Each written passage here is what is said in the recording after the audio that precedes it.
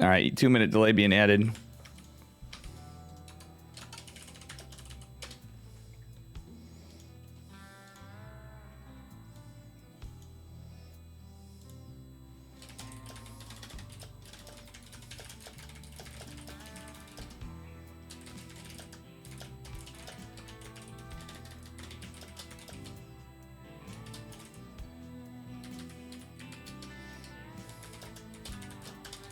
Make a little tweet.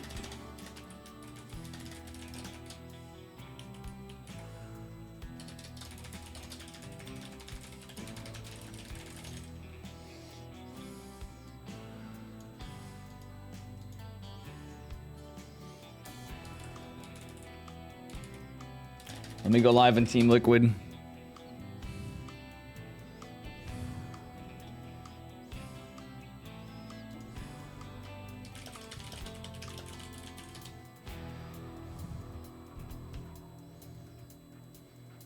Let's see who we get for links. Am I the only one going to be casting it tonight? Everybody else is getting paid gigs for Katowice.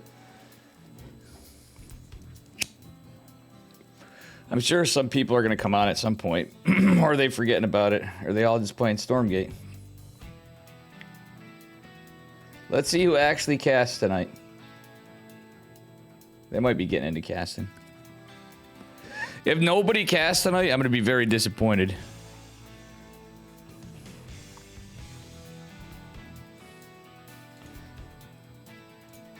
Because that means I'm not going to be stuck on here unless people come and watch my shit. And if I get yelled at for smoking, I also am not going to give a shit.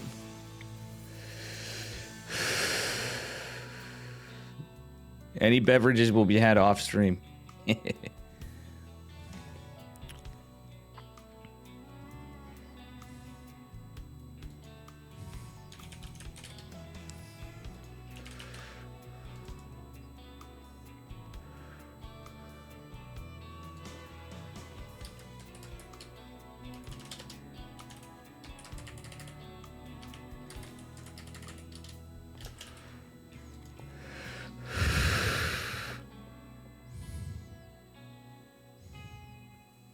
Let's see who we get, guys. In the bracket.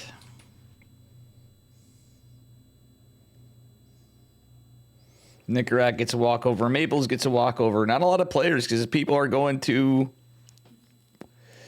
Katowice, guys. The big tournament is coming up.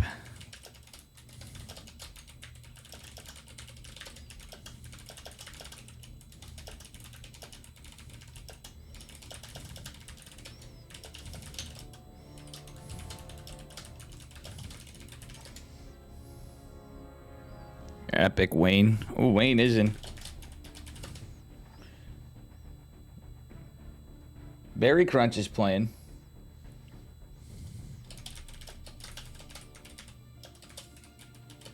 I might cover Mr. Foxer after.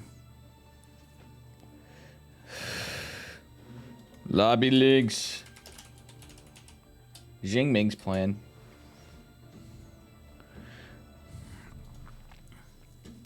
So I kind of got distracted too. Sorry, guys. We got the tournament. I'm going to be covering it. I don't think we're going to have a lot of casters. If I really don't want to feel obligated to have to cast the whole thing. Because it's Monday. Me versus Nooks. Who's Gillantine? I have no idea who the heck that is. Looks like somebody from Ladder. Yeah, I play them in Ladder.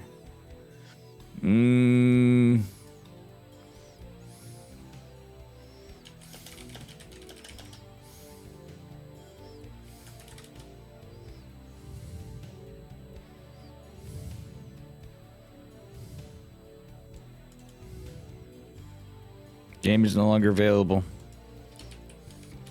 MK LOL is don't defense.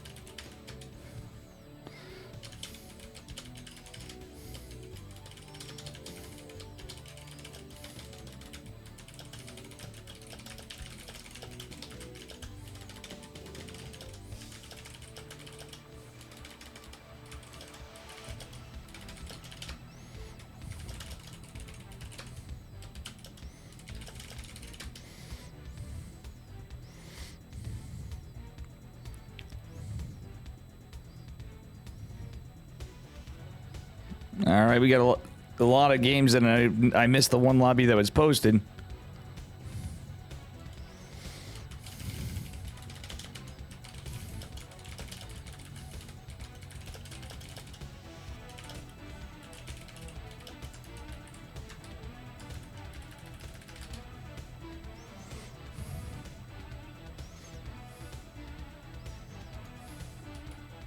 Can't believe nobody's casting at all, but they're all doing... Blonde Demon. All right, I'm just going to go to whatever. Oh.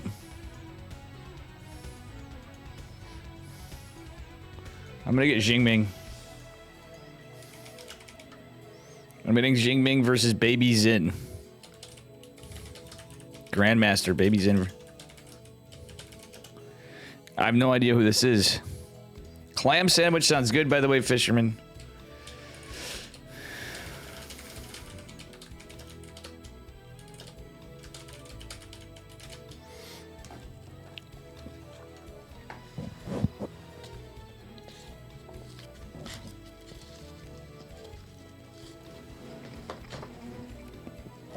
All right. This is going to be a weird EPT cup because, again, we have some heavy hitters, but not the usual stacked Mondays we've been getting because the World Championship is coming up.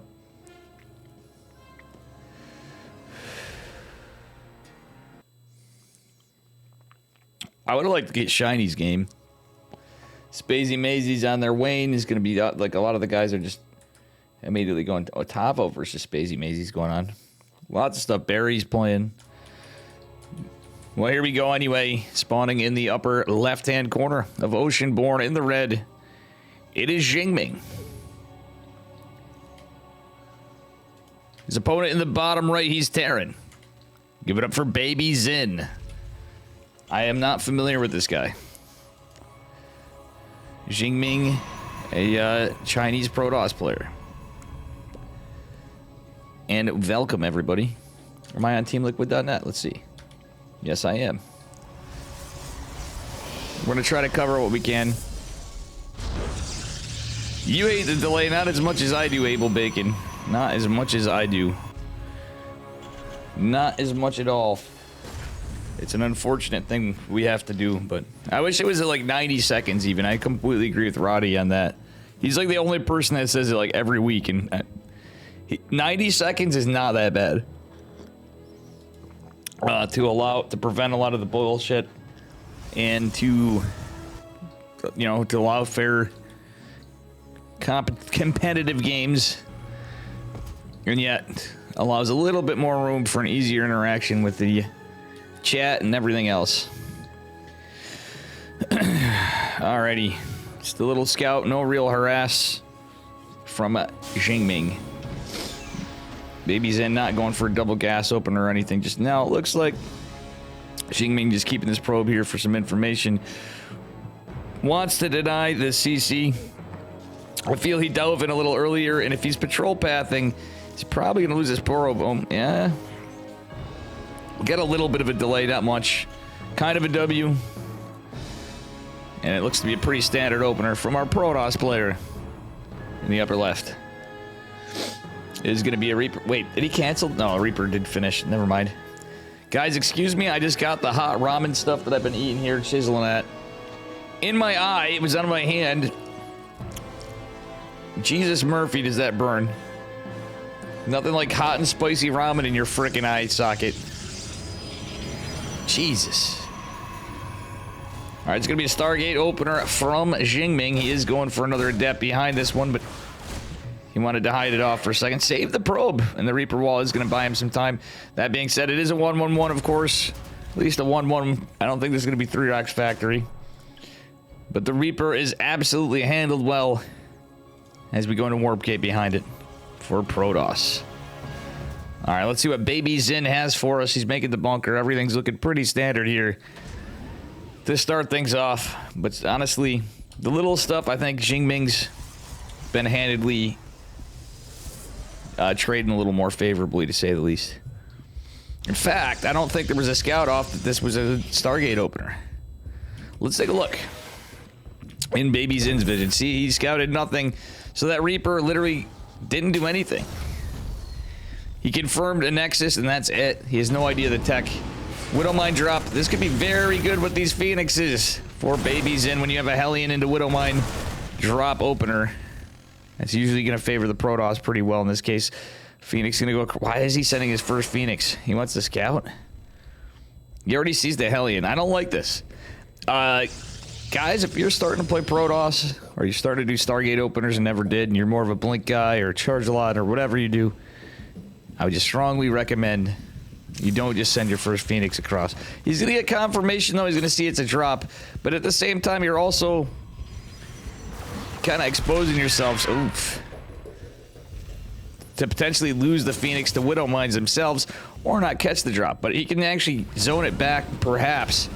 He's not really pushing over here. Wait, the Phoenix is going to catch this. Wait, what the hell? All right, 2 Phoenixes are out. He can catch the Widowmines. He's going to get 1. Ah, that's not the play, Xingming. See what I'm saying? Now the Marines are going to kill the other one. He's not going to be able to finish off the Widowmine. Delaying the drop. That was now not worth it at all for Protoss. Oh, dear Lord. Had those Marines been 1 second later, that would have been 1 dead Widowmine. But still, the other Phoenix would have been next to death's doorstep as it stands. The drop is delayed.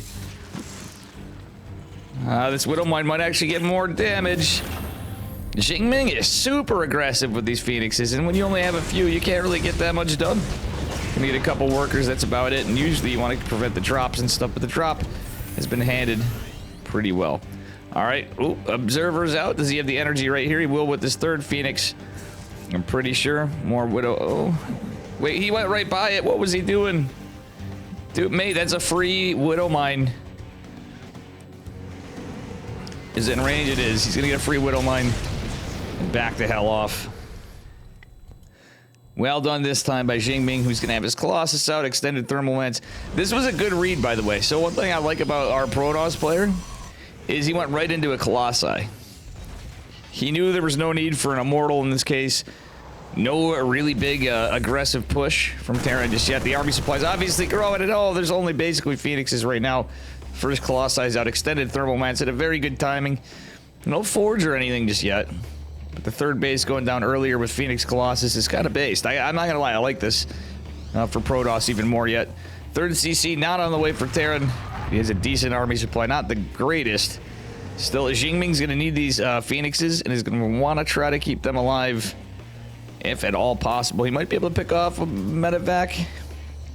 He's trying to delay this push. Ah, but the Widowmine does some great damage, and like I said, Xingming is playing very ballsy. He's playing with fire here, guys. Massive push coming across the map from Baby Zin. But the couple Colossi, there's no like Raven with interference matrix being researched. Hell, a Raven period for anti-armor missile.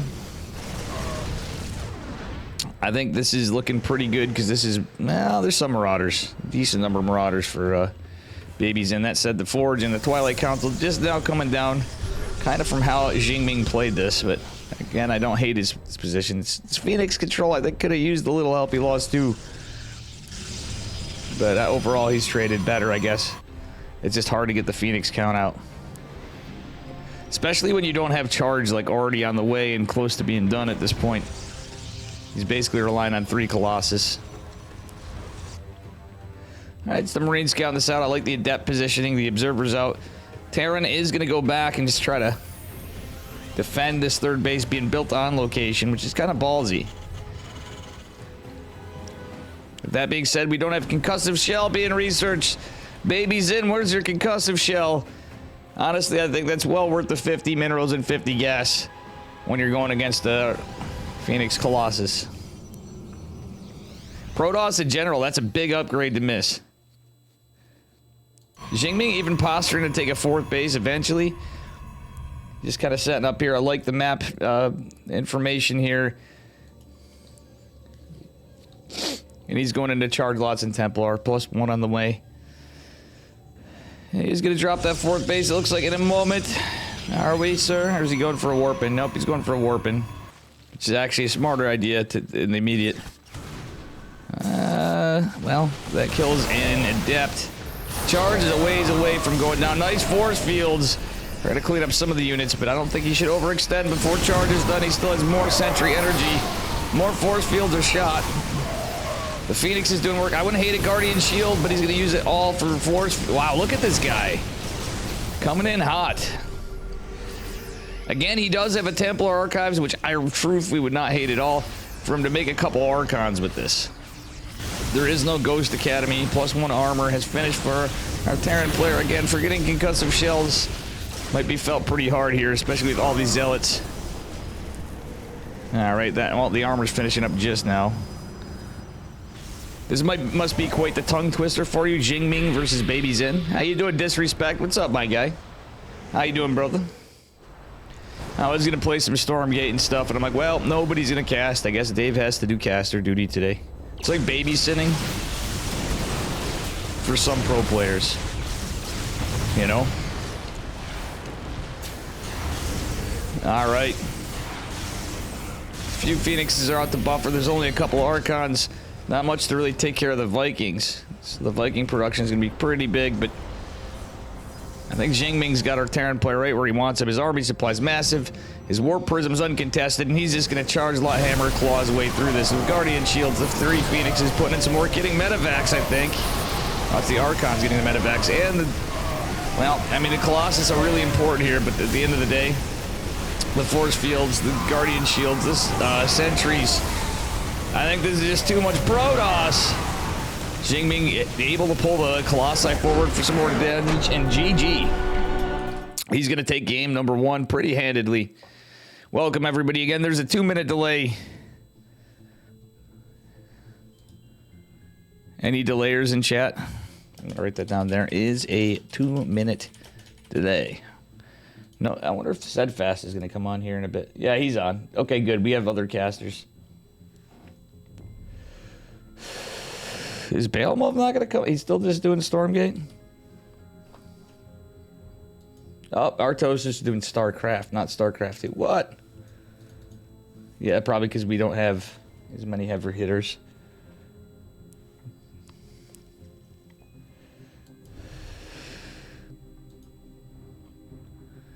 I mean, we do have Rocklets and Bonkaruni casting. Who's Bonkaruni? Player? Looks like a player.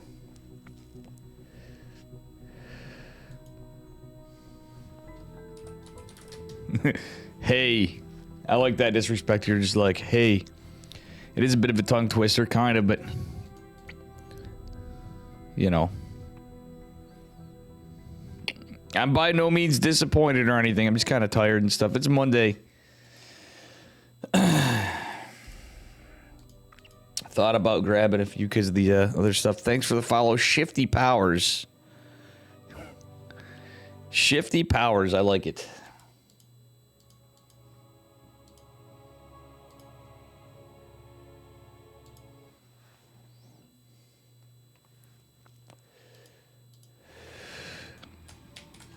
All right, here we are, spawning in the upper left-hand corner of Site Delta in the red. Give it up for Jingming. All right, Chinese Protoss player. His opponent in the bottom right, down a point in the blue. It is Baby Zen.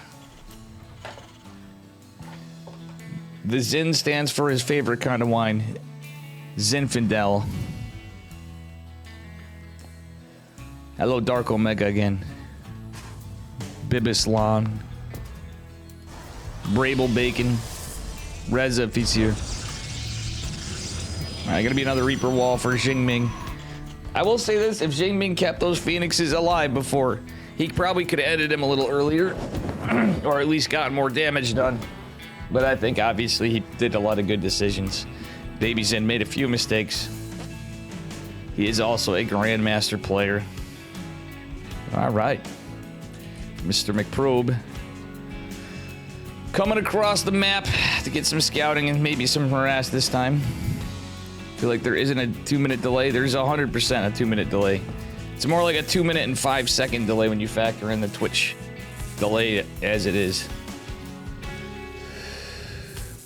Don't be getting me in trouble. So here's your point of notice. So anybody that wants to be a nerd, I'm going to say it starting now. There's a 2-minute delay. So in 2 minutes from now, when you hear that, it should be 2 minutes. I should set a timer to prove it to you guys. Nolio doubting Dave. It's a double gas opener this time, by the way. Barracks Factory, nothing too crazy as of yet, but it could be. I predict some spice in this game.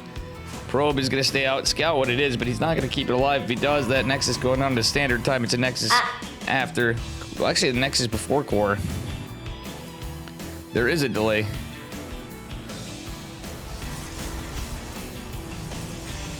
If there is a shorter delay, I'll have to fix that right away. Nope, I'm looking at 120 seconds. We are good to go. You guys are getting me nervous here. All right, Reaper gonna make some short work of this probe, which is not too surprising, but still. Let's scout out. Confirm it is a Reaper. It is gonna be a tech lab opener for the factory. This is a 1-1-1. This is gonna be a one base all in, guys. Certainly gonna be a lot of pressure. We have another Stargate opener. No shield battery down. This is gonna be a big no-no.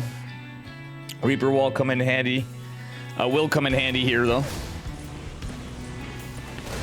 Just gonna try to get the grenade trick. Is gonna be able to pull it off. Depth shading across the map. The second one gonna join the fight. Looks like we are gonna lose a probe. After all, so that's 2 probes for the Reaper. Not too bad. Oop. Almost a perfect boys pull, but it looks like he's gonna lose another probe. So far, it's a disaster. Another probe. Is this guy Beon over here? Baby's in, more like baby Beon.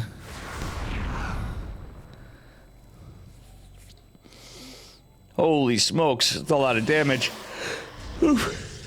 Here's an Oracle opener, and so far some of this is scouted. I think the Shade, did the Shade confirm this? If it did, which it may have, it's gonna be a big tell, but it's just 4 Marines in a tank for now. A medevac coming, boys are being pulled. We've all seen this before, but with a Stargate opener, it's a little different. Oracle could get a lot of damage done, consequently, in the mineral line. Same time, a Stasis Ward could be huge.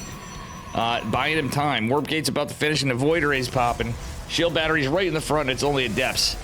That being said, a Viking's being made, which is a smart move. It's going to pop any second now. Oracle getting some good work, getting the Mule, forcing lost mining time on a 1 base all in. It's pretty big. Because as time goes on in the spirals, it could turn into a 2-base build. Depending on the damage, could be kind of scary. Nice choice on the Void Ray. That's about all you can do there. He's not gonna. Okay, now it's prismatic alignment. 1 tank is gonna go down. He's gonna chase this to hell back. Tank is gonna siege, and oh my goodness, we're fighting here. All right, Jingming doing a great job here cleaning it up. Unfortunately, Baby Xin has committed a lot. GG is called, and it is going to be good for Jingming. Well done.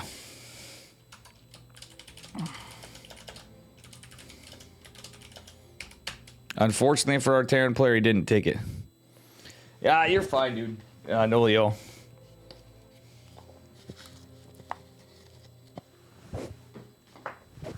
I just have to check that happening one time.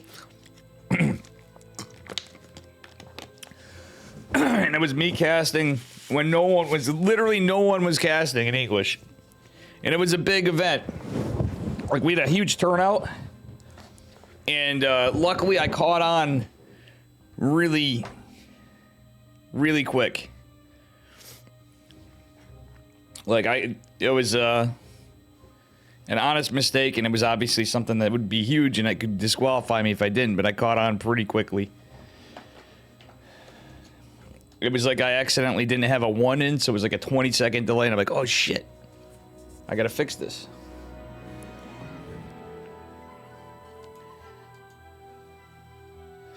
So it was not too long.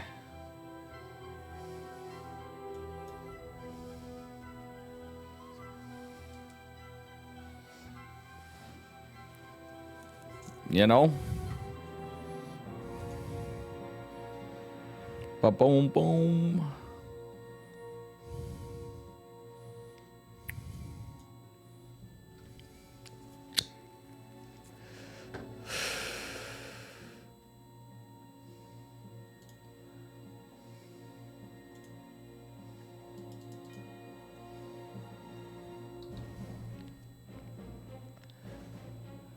Alrighty.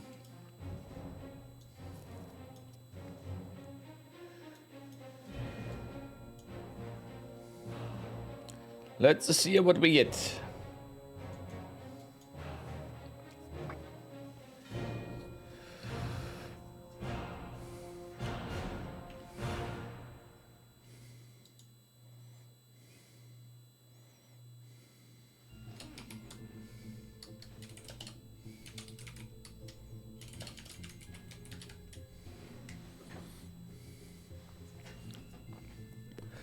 Let's see who we get now, guys. Just waiting for stuff.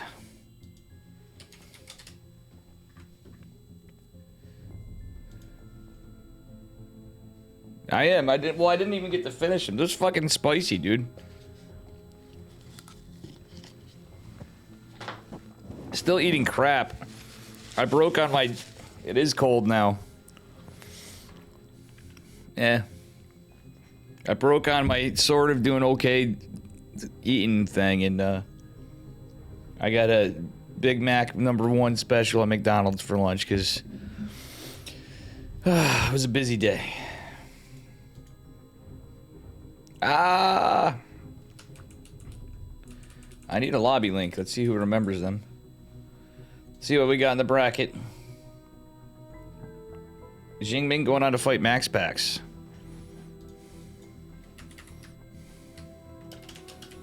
PvP.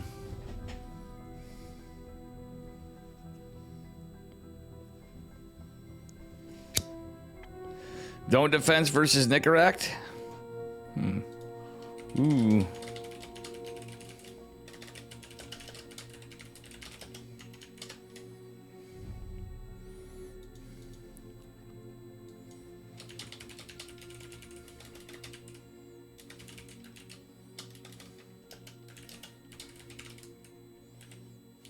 We're gonna get Don't Defense versus Nicaract.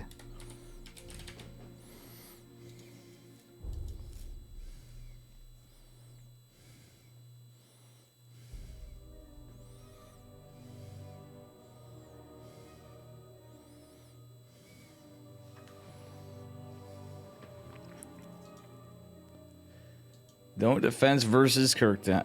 Kirktown, that's funny.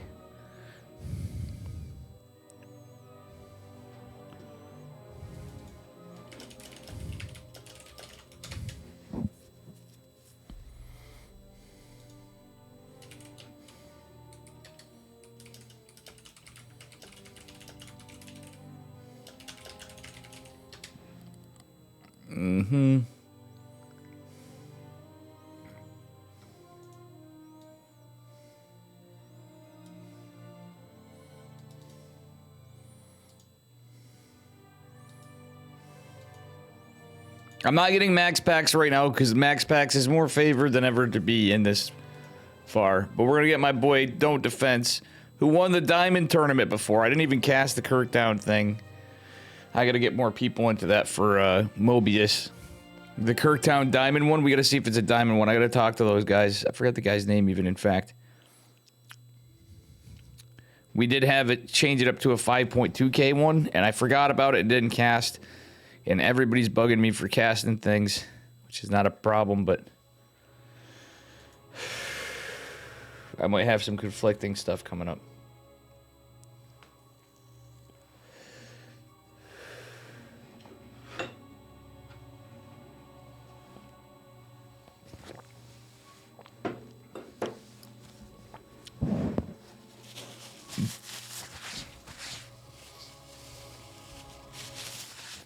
And I just spilled coffee, which is also cold, on my shirt.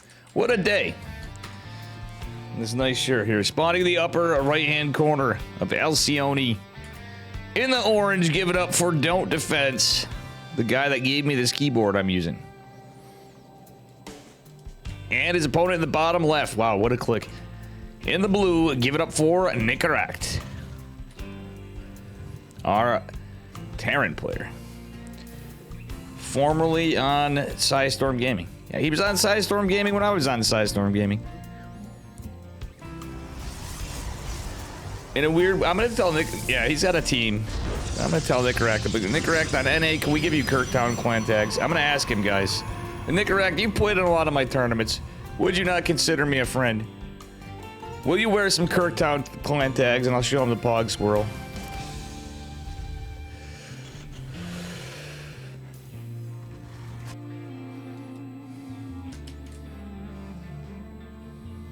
Alrighty. Double gas opener from Nicarac against the Diamond 1 American Protoss, a Russian Terran player, Mr. Nicarac, who is like in the 6K. It's about 6K. He's obviously the favored player. Alright, don't defense. Actually getting some nuisance work done here.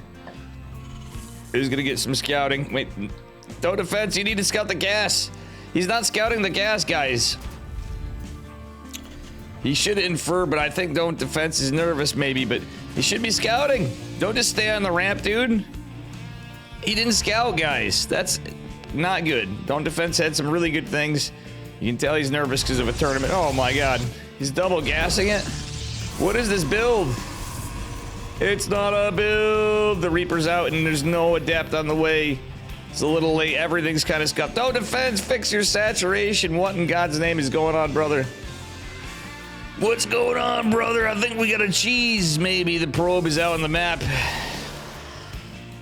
That will make it out. But this is definitely, we're definitely pod racing here, guys. What up, Stang? You just beat this GM 1000 MMR?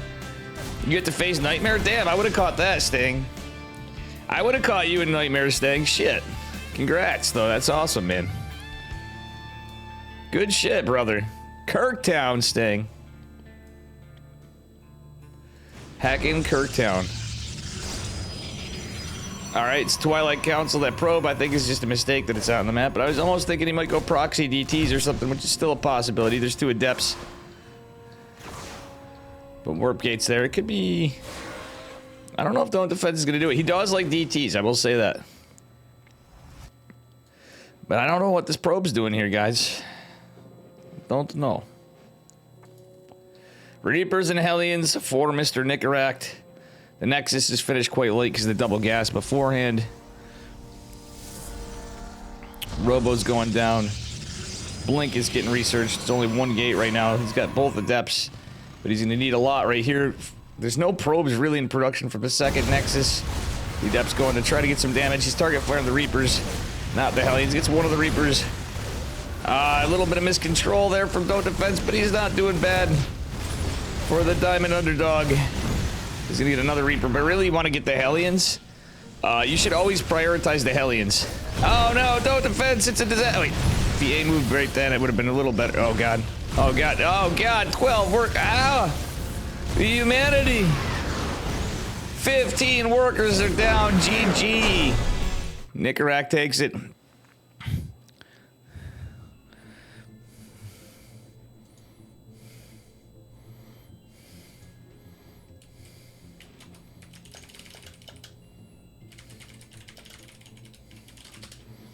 Thank you.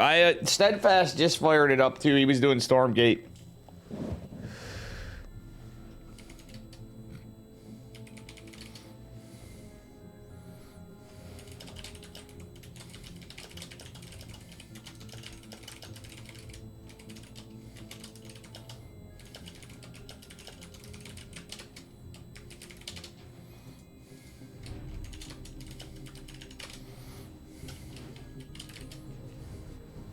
Unlocky's playing. I would have casted him.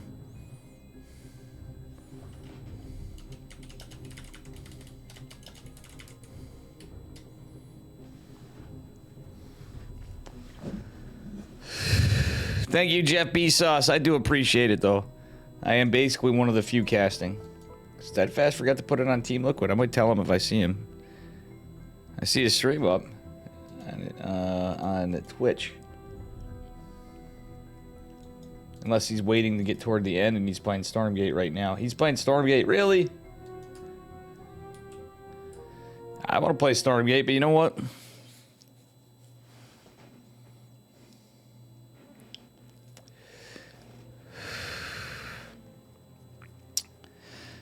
Guys, I have garbage and stuff tonight, too. Maybe this one will zip through quick. I'm hoping for a quick one so I have some time to do other stuff. Admittedly, I love casting, but on Mondays... We all love Mondays for StarCraft, but Dave is just like any of you other working stiffs. You know what I'm saying? Start of the week. I didn't get much sleep. I got a little tipsy last night, too, so...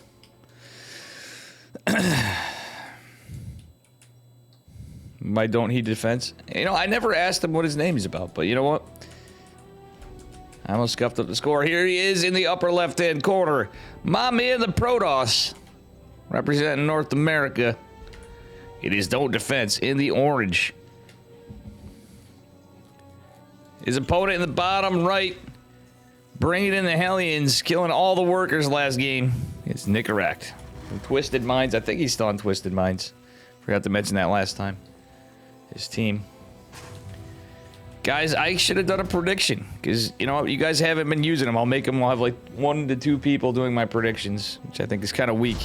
Then you guys will complain that there's no predictions. We need to start bringing it back.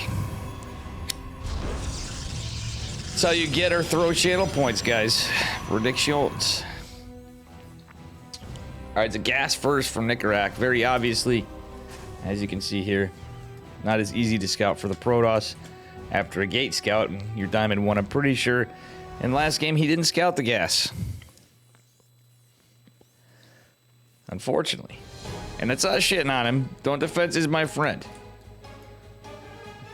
Nicaract also a buddy of mine. But just a suggestion for the future. Oof. Doggo's a little corny. Is that the first times you've been looking at it is today? You didn't look at the previous? I've been playing for a bit. I like, you know, again, it has possibility for the future. Right now, I'm enjoying StarCraft the most, but you only have so much time to play. And yeah.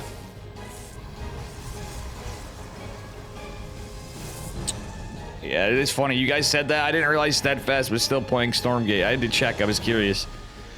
He will be casting, though, too. Anyway. Wonder if Artosis will come back on after. He's playing his Brood Wars because big Brood War tournament coming up.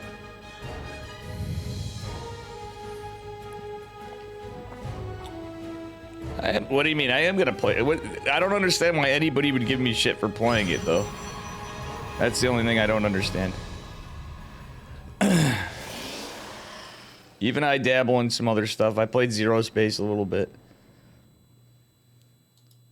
I gotta support the games. I mean, come on, like, it's RTS. I hope they do well. I hope stuff gets in. I hope they make some adjustments as it goes along, but we'll see. All right, so don't defense in a way is using this probe as a scout, but it's kind of a weird spot. I'd like to work with him on some of his games because he's usually around me in ladder points, but I feel like some of the stuff he does, he can definitely improve on. And not to insult, like, he's a good enough player that he can definitely tighten some of this up. Nicaract, playing safe. Guys, look at this. He bunkered up. He's expecting like a proxy or something. And don't defense isn't proxying. Nicaract is looking everywhere. He really thinks he's getting cheese. This is a standard opener.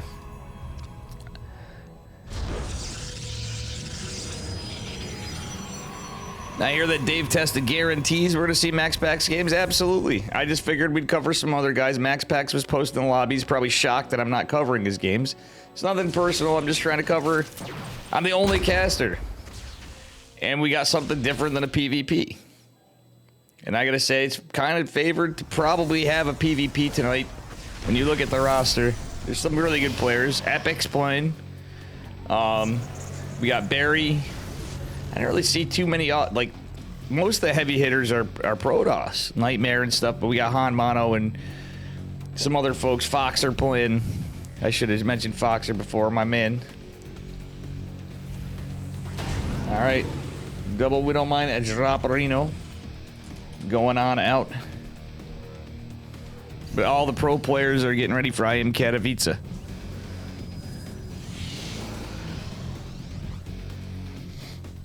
That's why. So some of you guys just don't care or don't watch this stuff, even though you do nothing but watch StarCraft. We have the World Championship coming up, guys. And I'm hoping for some Protoss magic. Maybe my boy Trigger will do something. Estrella or Trigger surprising us all, making a good run in IEM at the end. That'd be pretty based. Or Hero, or anybody, or Showtime. I unbiasedly am gonna say. I am gonna be biased. I'm biasedly be biased. Okay, Widowmine's getting God's work done over here, by the way. I like the Raven build. He's going Interference Matrix. Might go 2 Ravens. We'll see. Hellion in, trying to get some work, but I like the Stalker positioning. Downside is, don't defense 8. He 8 workers of damage. He's going into a Robo just now. This is kind of a weird build. He's going like 4 gate, but it's a really late Robo. And he did it to get, oh my god, that's just unlucky, kinda, because he didn't try to pull the probes and have something that mine's just got tons of work. 18 probes, 19 in total if you count the Reaper, have fallen. It's not looking good for Don't Defense for the moment. That being said, Nicaract just posturing out for a big push to follow. Blink has completed, but Don't Defense without a third, without extra tech, he's not really going to be able to follow this up too much. Nicarac's going to defend against the Blink Assault and Observer just now coming out. There was no Observer, so he has to push at the front. Again, not shitting on the guy. He's punching above his weight. You heard you got a clone, Unlucky? That is you, isn't it? I didn't see you on. You know, Agent Stings beat a Grandmaster and has to fight Nightmare, which he's stoked about. He beat a Grandmaster 1,000 MMR higher than him. Congrats to him. It is you playing, Unlucky.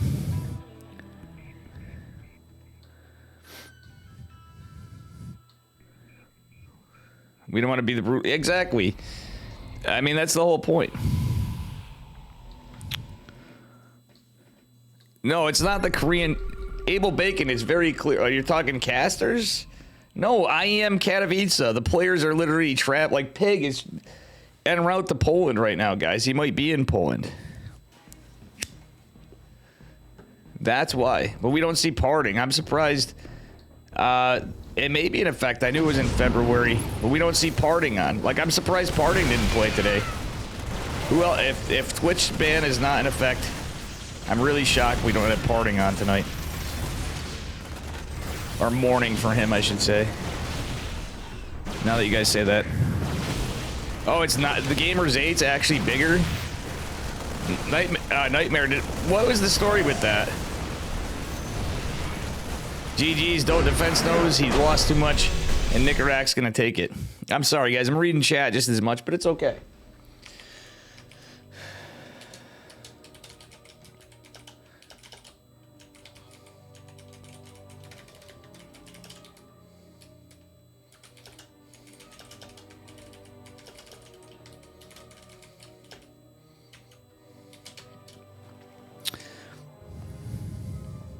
If parting did, it'd be Max Packs. Dude, you can't get behind Max Packs. He just goes to a line. I really wish you did too. I wish he did make that decision. I'm not gonna give him shit. He's my friend too. I don't really talk to him as much. He blew me off on some. I'm gonna tell him too. I'll be like, Max Packs, you've been really bad at checking your DMs because you missed out on some tournaments, or maybe you couldn't play them.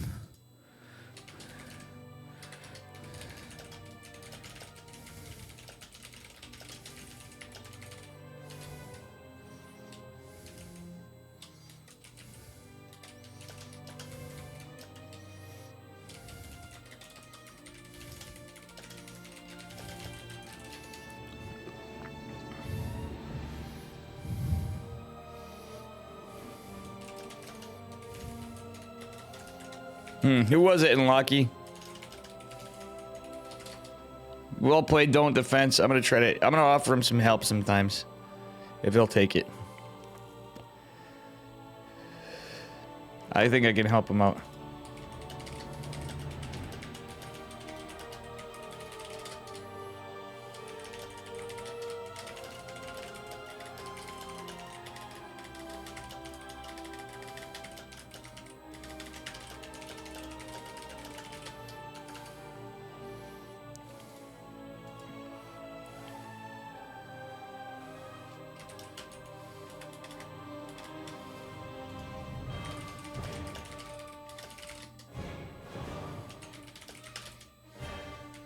Okay, fake Unlucky versus your friend. That's funny.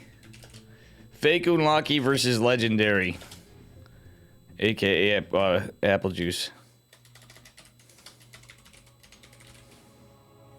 One of the gatekeepers I had keeping me out of Masters League. Nice enough kid, then I had to think about it. I'm not even joking. He was one. I had those guys. You'll play next week? Nice. Nice, Unlucky. Alright, anyway.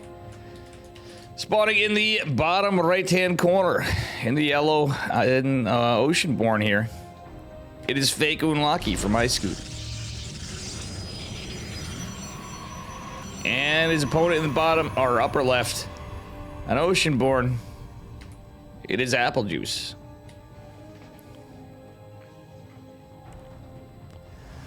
Alright, guys, looks like we're gonna have a high ground 2-gate opener from both. From there, we'll see. Apple Juice is up a point. Oh yeah, Gene Sim, you have an older computer. That's a good point, but honestly, in my opinion, it's kind of nice to play a game a little more developed. And when I didn't get the keys at first for a minute, I remember, like, earlier on, I was like, yeah, I was kind of bummed. And I'm like, no, not really. I know I'm not, like, a big enough streamer to really get any early access or any of that stuff. And I, like, before I even thought about it. But for me, it's more personally not having the stuff spoiled and how it feels when you play a new game like that, especially like that. Personally, I like playing stuff when it's a little more polished. It's cool, and I never really was in alpha test, so it's been cool in beta and stuff. And I will probably do a little more with Zero Space too when it gets to the next stage. It's kind of neat. I'd like to help them more, and I wish I did. But it is kind of a cool feeling getting early access to stuff just on that regard. But I have a different take. A lot of people are like, oh, but I'm not going to have any content. I think that's silly. Do what you do what you like. And there's other stuff you can do. You know? I enjoy StarCraft. I will still enjoy StarCraft. And I will always enjoy StarCraft until I get so mad that I have to take a break, which I say I'm going to take a break every day and every week. I very rarely do.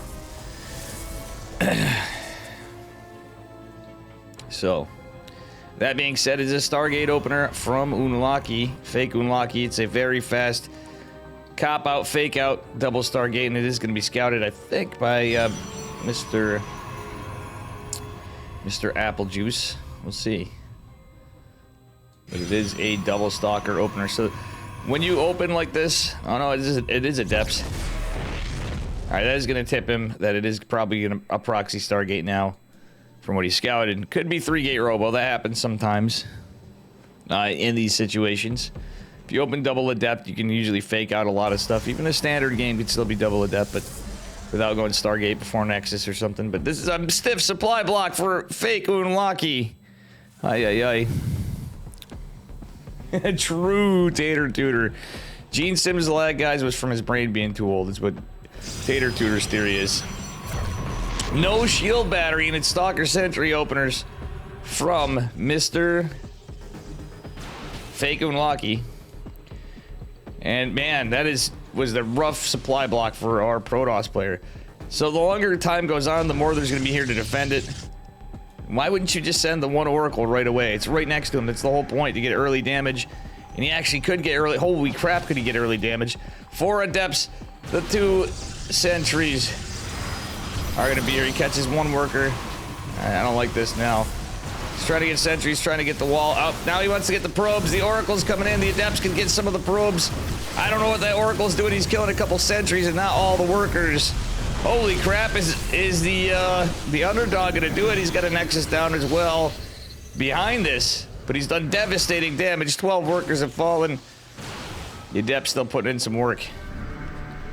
This is where you go proxy. I know everybody's opposed to going proxy Void Rays, but in my eyes, you go Void Ray after.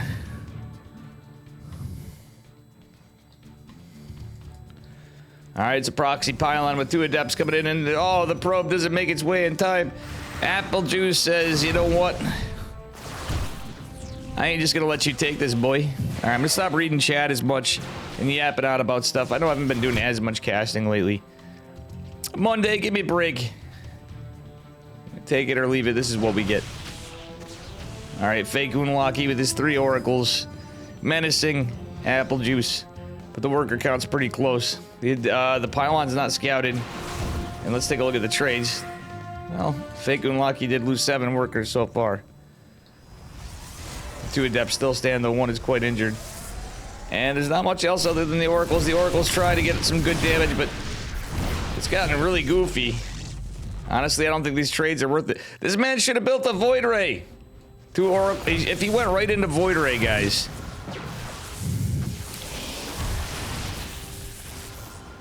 If he went right into Void Ray, this would be a lot different. I know I'm biased there, but come on, guys. I don't hate it. All right, Oracle out. He wants to go in. Is he going to get more damage? No, he just gets a rev tag. There's 2 stalkers there. 2 on the other side. He's going to tip his hat to where this is. Everybody's so anti-Void Ray, guys, but that would win him the game if he did that. I guarantee it. From how much damage and chaos and pandemonium. Few stalkers out for apple juice. It would have been really good, but still, now that worker counts even. 2 bases to 2 bases. Another adept coming in. Neither player knows where the proxy is. But this man has tunnel vision. Another oracle, another couple oracles was not the play. And apple juice is leading an army supply. Has 1 more probe some way, somehow. Proxy pylons here. Warp gates done for both. Double gas. I don't know how much I agree with it. He got a Twilight Council. Pylon finally falls and another adept makes its way out. Oracle trying to get some information. Doesn't want to throw it if he can help it. He's not researching anything here. Okay, there's his blank just now. 3rd base going down for apple juice. And he's going to try to get some damage. Stalkers are prepared in every base. Except for the 3rd. But guess what? The proxy scouted. It's going to be 1 less pylon on top of this. And yeah, we're pod racing here. That being said, the 2 adepts getting a lot of work done. Forcing a lot of lost mining time at the least. And there's not many or any units for our Protoss player down here in the bottom right. If he loses this, guys, that's it. Apple Juice will have a 2-0 victory. We'll see. It's getting close. The adepts put in a lot of work. And our man in the yellow looks like he is going to be betrayed. He does not have the good looks as his friend Unlucky, unfortunately, guys. That's right, Unlucky. You can tell him I said that if you hear me. But Dave said it, dude. You just aren't as good looking as me. You're stealing my name, but you can't get my looks. Also, Unlucky plays Terran, guys. I think I've seen... You sent me some Pro... I thought you sent me a couple Protoss replays over the years. But Dave used to be Unlucky's boy, and then he forgot about me.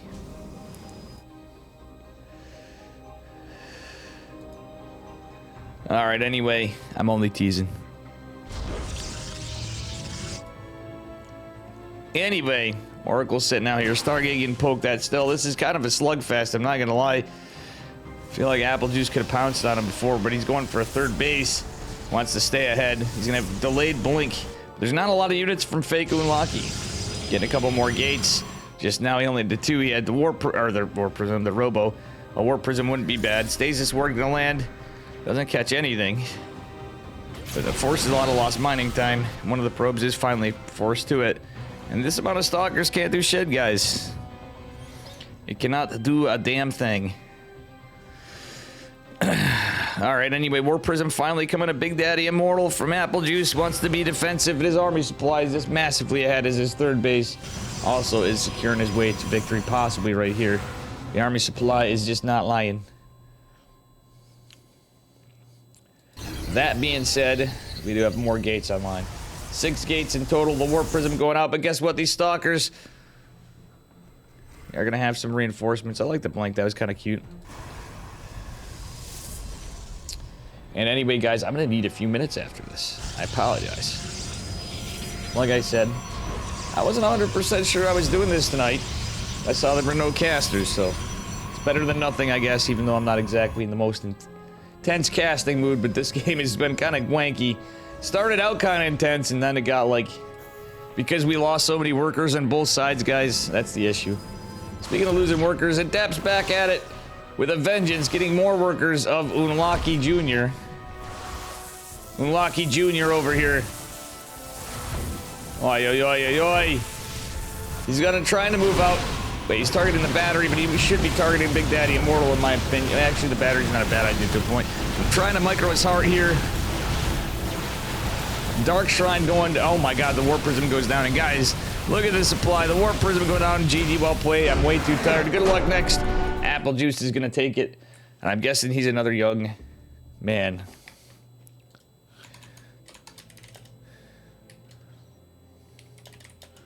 Guys, I need 2 minutes. I will be right back.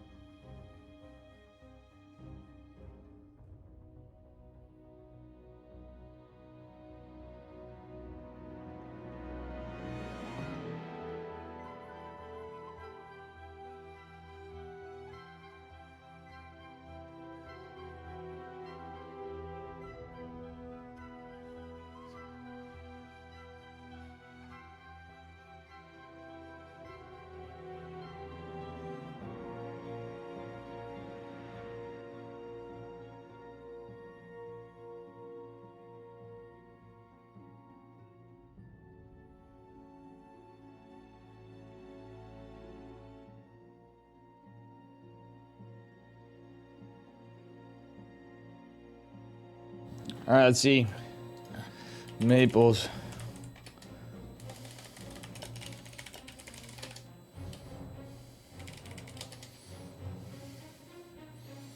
Maples left without me.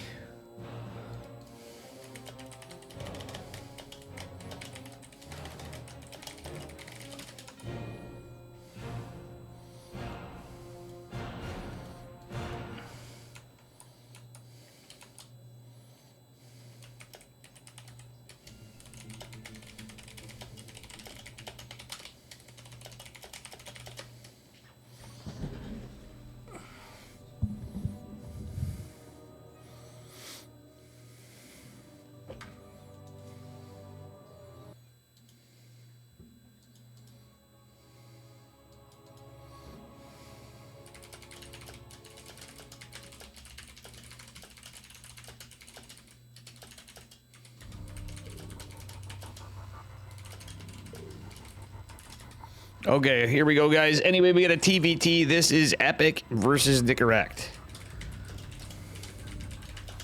Two teammates previously. Spawning the upper right-hand corner of Hecate in the red, representing Psystorm Gaming. It is Epic.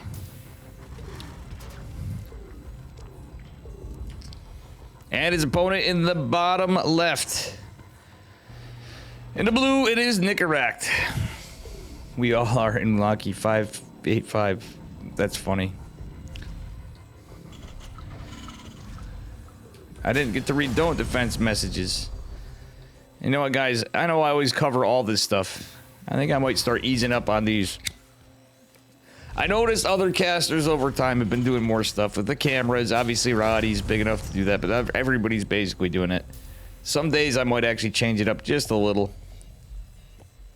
But, you know, I'm kind of a little old school on this, but feeling between my keyboard issues and one day and whatever, it's kind of nice to hide behind the, without having the camera on right now, but I was thinking of bringing up what I wrote, what Don't Defense said, so I was curious, but I didn't want to be that scuffed. It's Epic versus Nicaract. Standard TVT opener, double gas for each. Are we going to see Cyclones and Ravens? That's my question to you guys. You think we're going to see Cyclones and Ravens and Cyclones and Ravens? Because I think it's a big possibility. But being that these guys used to be teammates, we might actually see like a Reaper Hellion opener. They both want the money. They both want the points. But I could see them being, at least on game number 1 maybe, or the last game, they will possibly have a more honorable game. It's technically honorable, but it's definitely the meta. Alrighty. Reapers going to find their way in the middle of the map. Both of them going for the scout right off the rip. That's a little uncommon. And Epic is losing the micro battle. Oh no! The American Reaper man looks like he's in a whole heap of trouble, to quote the SCV. And if not, the SCV is he is going to lose the Reaper, I think. Oh, barely doesn't. Second Reaper coming, but this SCV is going down to Kirk down. 100%. Almost loses the other Reaper. Ring around the Reaper, Rosies. Alright, but now the damage has been down on the counter. It is a Cyclone opener for each. Reactor going down as well for both of them. That CC is going to be a little bit delayed for Epic. Just a hair more than Nicarax. The 2 Reapers versus 2 Reapers is fine. And again, that one SCV did fall for Epic. That being said, the starport's about the same for both. The Knife's Edge lead, it looks like, for Epic. That's about it. Rooting for Nicaract helped you quit smoking. The old meme, Tater Tutor. An old meme for an old man, I reckon. All right, one of the Reapers fell for Epic. This is actually going to be rough. The more units you lose, the rougher it is. The one Cyclone is pushing out, but there will be another one. There might be 3 for Epic, and that could be a really good trade. He honestly should hide this a bit. He's going to get one of the Reapers. 2 of the Reapers. They're even on Reapers, but guess what? 2 Cyclones is greater than 1 Cyclone. 3 Cyclones is even better, but the damage is going to mean 2 of these guys have to be repaired, or should be. And there's going to be more Reapers. Medevac coming in for Nicaract. He's going into Marines, so he's going into his 3-1-1 switch. Epic kind of stand here, and there's the Tech Lab. It's going to be a Cyclone, a Raven opener.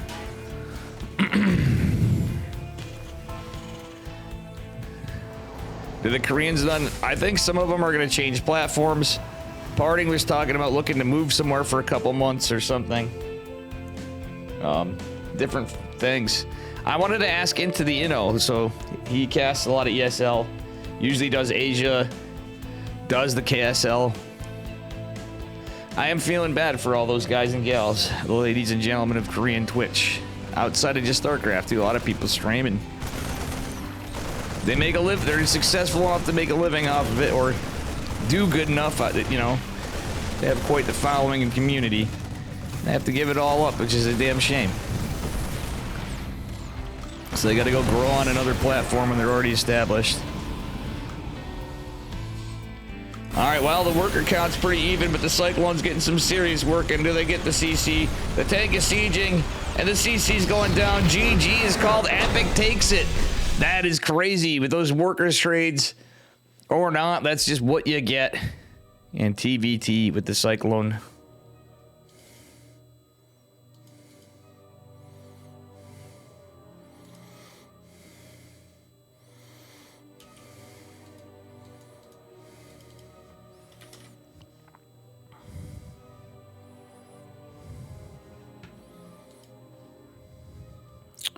Bada bing, bada boom. I'm bouncing around because, again, let's see. Did Mr. Steadfast get on yet?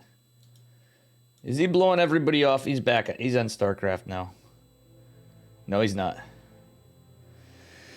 He's having all the fun with Stormgate. Game number 2. Max Pack's waiting for his opponent, he told me. On that side of things. We got apple juice still in it and all sorts of stuff. Spawning in the bottom right-hand corner of Hard Lead. Up a point in this best of 3 from Psystorm Gaming. It is Epic. The man with some amazingly sexy hair. Actual fun fact, he does have amazing hair. His opponent in the upper left. In the blue from Twisted Minds, it is Nicaract. Alrighty. Nicaract. Last game, it was more like Nicarect. Am I right? Or am I right? It's not insulting the player. I'm just saying. That was a sucker punch, man. Cyclone just bodied that orbital command center. And that tank couldn't do anything about it. It just got out too fast. All right. Ye old Cyclones and Ravens build. That's why you see a lot of Terrans doing it. Yeah, many will be streaming on YouTube for sure, Gene Sim. I agree with that. And,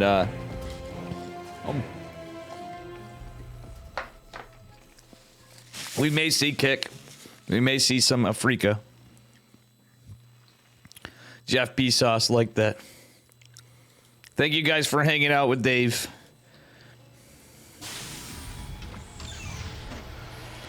Yeah, Barry's playing in ESL. Oh, Barry's still in it?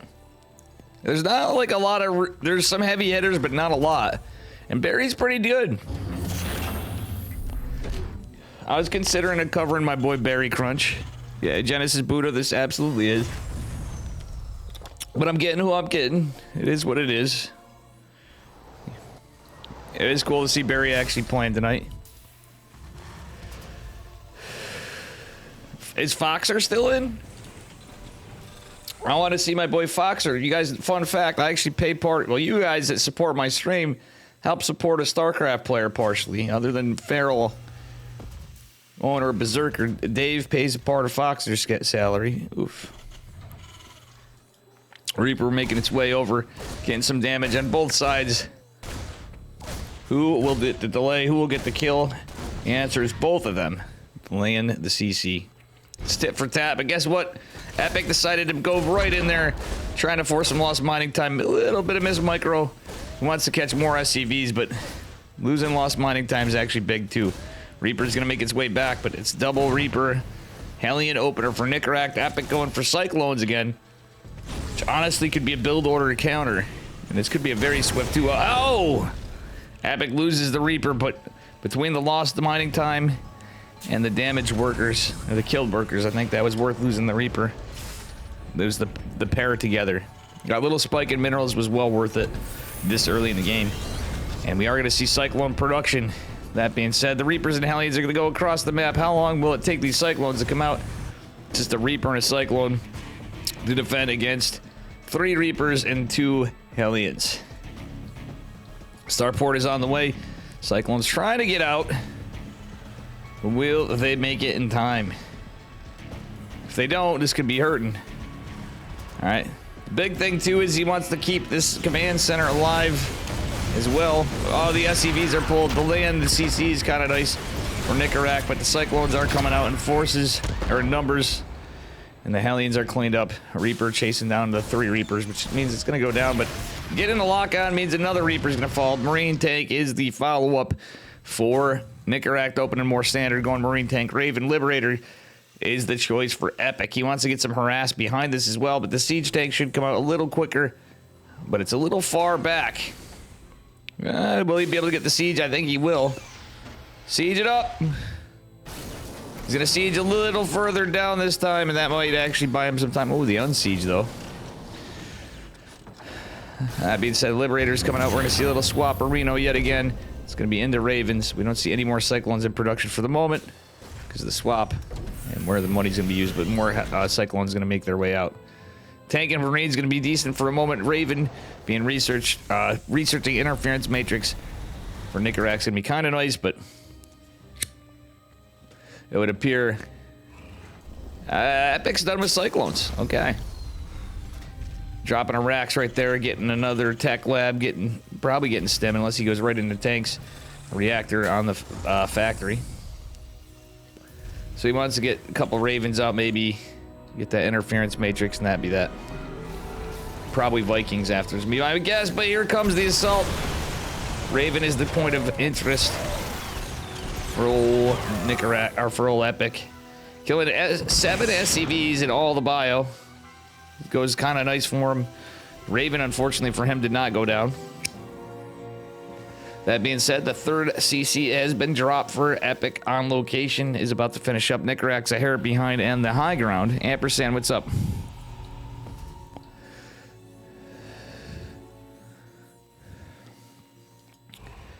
I mean, guys, it seems like some people are having fun playing Stormgate. Heaven forbid. You could play it. I don't understand why some of you guys haven't played it. Especially like Able Bacon, Ampersand. Can you guys play it, or is it because I paid for the thing? I know it was open. I thought it was open for Steam Fest or whatever. I don't know. Unpopular thought, but believe it or not, guys, I do more than play video games. That's what I do for the other hours of the day. Is work. Couple hours for sleep. And then there's some time for cats. Alright, anyway. Not much time for cats, not enough. I'm a bad cat dad. Anyway, army supply pretty even. Stim is going to be done way faster for Epic. Epic with the 1-1 started way faster as well. However, Nicaract is going into Vikings. He does have the 3 Ravens. And we don't see... Do we see any eBays? Okay, 2 eBays finally going down. Oh no, it's 2 racks. Nicaract is actually way behind in terms of tech in this. Epic ahead even in workers. Epic looks like he's in a commanding position here, guys. He's supply block for the moment, but that's going to be fixed very soon. Nicely remedied by our American Terran player from Psystorm Gaming. All right, Liberator trying to find some damage, but the 2 Vikings are out in defense. Nicaract repositioning Epic, just keeping these Cyclones here. It seems like Epic is getting in for a little assault. He's going more Medivacs, though. No Vikings at all. Like the armory timing on this. He's going to be able to go right into 2-2 potentially. If he so chooses to. And 3 base saturation has been achieved. Things are looking pretty good for the American Terran. Cyclone's trying to poke out for Scout, and it looks like Nicarax is going to secure his 3rd. I like that siege tank here. He knows the Cyclones are there for threat. Funnily enough, the Cyclones could pick off a bunch of workers in that little bit of time before they went down. If they did assault, they might come into play in this fight as Epic pushes out. 3rd base is going to reveal there's no army there. I think Nicarac's getting in position to defend. Oh, he scans the army, he sees it. Okay, this is where the Cyclones could come in and debate. Nice interference matrices. But the Cheeto dust is massive for Nicaract. Beautiful stim and stutter step from Epic. GG, and Epic takes it in a clean 2-0.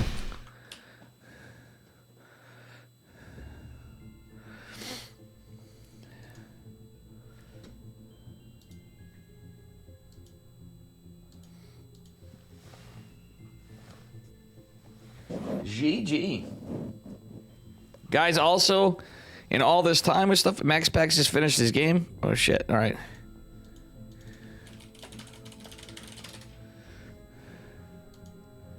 I might hop a series to see a finished game.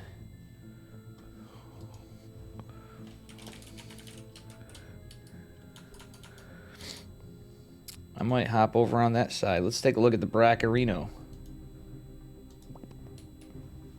which is probably not fully updated.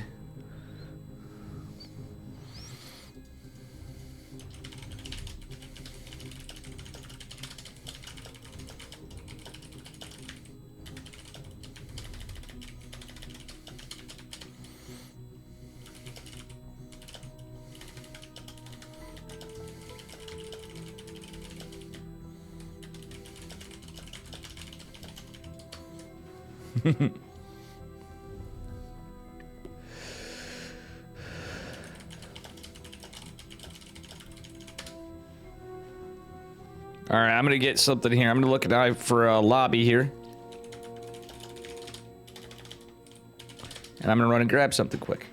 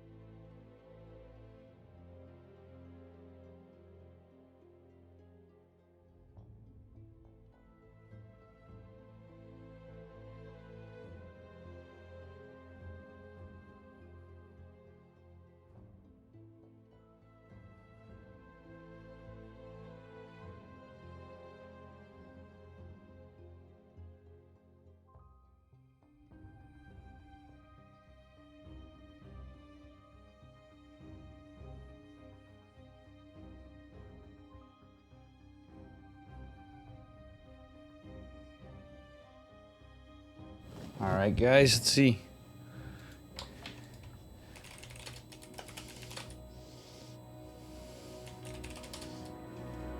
We're gonna go to Han Mono, I guess.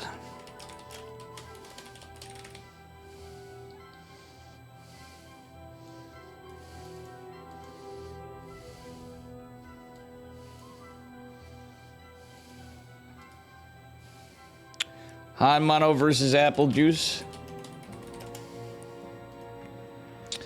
Han Mono is up a point.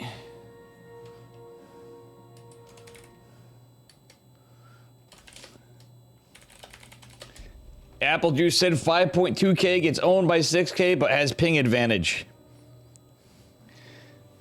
Is anyone surprised that Fat likes Call of Duty? Not the slightest. He just tried it out though. But hey, man. I applaud. You know what? I'm actually sad that I don't enjoy the games that I used to play a lot. And I hope it brings them back, but it's like you get older, StarCraft like changes you when you play as much as I've played this goddamn game. And watched as much as I've played. Spawning in the bottom right hand corner of Oceanborn in the red, it is Apple Juice. From Pigpan, by the way. And his opponent in the upper left from Hyper One in the blue. Give it up for Han Mono, our Terran player. Thanks, guys, for sticking around. If you're new here, smash that follow button. I'm a little like, you know, we're chilling. It's one day, and certainly not my best casting, but I'm here. I showed up. I put on this nice shirt for you guys. No, I'm just kidding. I have it on from work. I just untucked because of work being over. That's all I did. Alrighty. Double Gasarino from Han Mono. Double Gasarino, not from Apple Juice. I'm joking because he's Protoss. He's going to open standard-ish. I think he's going Nexus before Core. He is going to go Nexus before Core against the double gas opener. And by the way, guys, let's take a look at Apple Juice's vision. So one thing he could have done differently, guys, even with this build, is Scout. Apple Juice playing a little bit like my boy Max Angel. And Estrella, if you happen to be up Kappa, he's probably flying or whatever. Good luck to you, amigo. We're hoping for an American dub. It would be great to see Estrella do really well in IEM Katowice, guys. There's a lot of players that, you know, depending on how stuff plays out, I'm rooting for. I'm always rooting for the underdogs, but Estrella and Trigger would be the key underdogs in my eyes. What would be hilarious would be if Cyan made some crazy run. Nobody would predict that, and whoever bet on Cyan would make like a side bet. I could just picture they would make stonks, guys. They would actually make stonks. They would own stock in Microsoft from betting on Cyan, and Cyan did well. All right, it's a Twilight opener from Apple Juice. Don't hate it. Tried and true old faithful standard Twilight Blink opener. Apple Juice is a pretty standard player. Usually, it can be a little cheeky sometimes.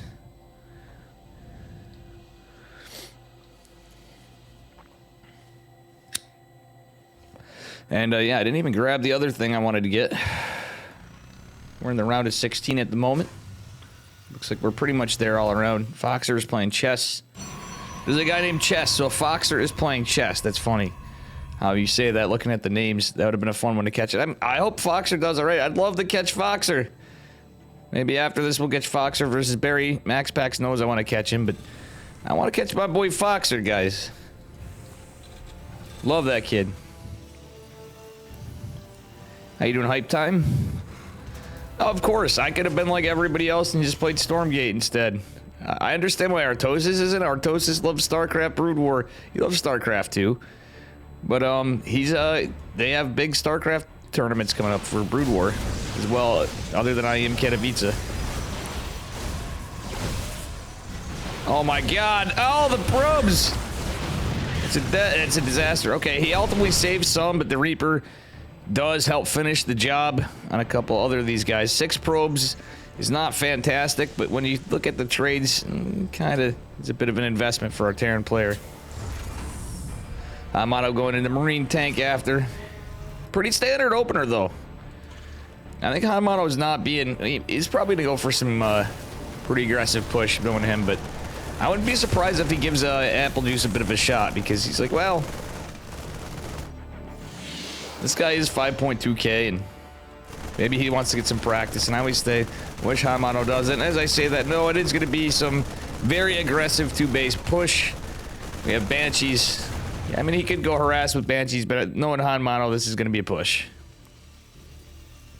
It's going to be a Marine Tank Banshee push with 3 racks. Maybe not. We'll see. Because we don't see any tech labs. He's probably, if he does, I mean, I'd almost rather see him get stemmed, but this is going to be a little bit of pressure from Apple Juice.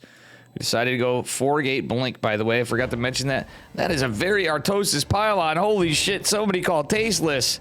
Hello, Artosis. You're not casting, but you're certainly here with us in spirit. That is literally the most Artosis pylon I've seen in some time. Poor Apple Juice. Feeling the part of being the underdog here. Actually getting bodied.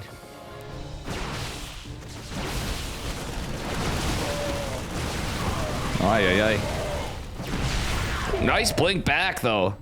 He took a lot of hull damage. That was actually a beautiful blink back from Apple Juice. Yeah, he's already taken a ton of damage. Yes, there's a high ground tank. And another high ground tank. In a way, I don't hate it. What I would like to see is charge come down behind it. Apple Juice is just going to commit to more stalkers. I don't think he's going to find the damage. I really think charge would have been the play. We're just now seeing a Rax get swapped for Hanmano, who's going to start a stem. I'm sure of it. Apple Juice blinking up here. But, you know, it's kind of a stare down right now. No charge. No charge, amigo, and you're barely macroing. He wants to blink on this, but there's 2 tanks. The 2 Banshees coming in here. Do some more. It's concussive shells. Interesting play from Hanmano. He's going into concussive shell Marauders, which is kind of another hard corner to stalkers. But he does catch the gas. I wouldn't hate him blinking a bunch of this back. Again, just using 4 stalkers. Apple Juice, you just ate 2 tank shots. Not like this. Again, 0 follow-up in tech for Protoss. This is looking really rough. TY made it into ASL. I forgot about that. TY's playing in ASL. How did I forget that? And it is crazy to see the Koreans going back to Brood War, but maybe things will change. I think it's kind of cool too. I might actually, guys, what do you think? Should I try to get into some Brood War stuff? I think that might be interesting. I'm obviously no jack shit, and it's funny, it's the game I grew up on. It got me into this. And I know I know 2 things, Jack and shit, and Jack just left town. That's how I feel when I watch Brood War. But I think I can get into it. Playing it, that's another story. I tend to get a little flustered, but I'd have to do a bit.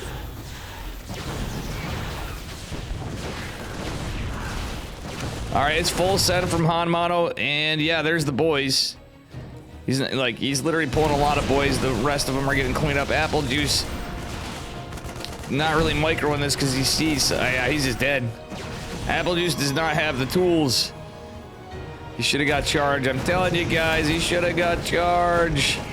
Apple Juice losing the remaining stalkers here. Hanmano doesn't care about mining at this point. 2 zealots coming in. Charge is not completed. Colossi coming. 3rd base be damned. Apple Juice does have a decent army supply. There is a chance for him. 2 zealots, which are slow for now. Getting some work done in the back of this. Oh, charge didn't finish in time, though. It just finished, and there's no zealots here to help. Stalker's kind of not taking the best fight in the planet, to say the least. Use the zealots! He's losing these stalkers in the back. Zealots coming in from the side, causing some friendly fire from the splash damage. That was 4 tanks. It's a lot of tanks. War Prism getting a lot of damage done on the other side. 32 workers falling for our Terran player. And Hanmano pulled a lot of those boys before. I don't hate this for Apple Juice in a way. Like, it could have been worse. Hanmano is going to take out that battery, but losing the Forge is kind of rough. If he got that +1, this would be like the nail in the coffin for our Terran player. Honestly, it's not a lot of Terran, but losing the Robo, losing more of this. The Artosis Pylon can come into play really hard here. Ah, the Zealots are moved. 53 workers falling. It doesn't matter. Yeah, I think, yeah, Apple Juice just takes this one, I'm pretty sure. I don't see how Hanmato does it. Well, he's nothing that shoots up, but okay, does have the one Stalker. The Banshee's gonna fall. Look at Protoss, guys, Kappa. GG's called. Apple Juice takes it with an upset.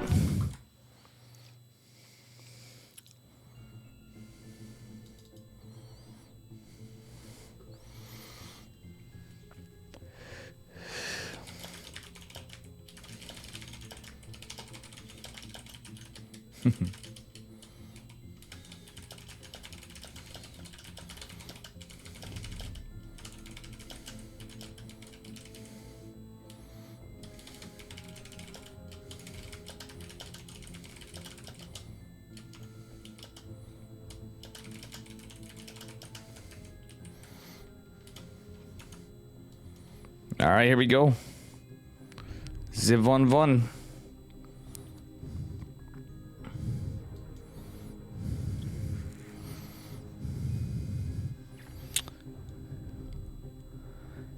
Oh, no, for sure, ampersand. It's just... Oh, Alexander Enke's here. Okay. What's up, the Big Mac? How you doing, buddy?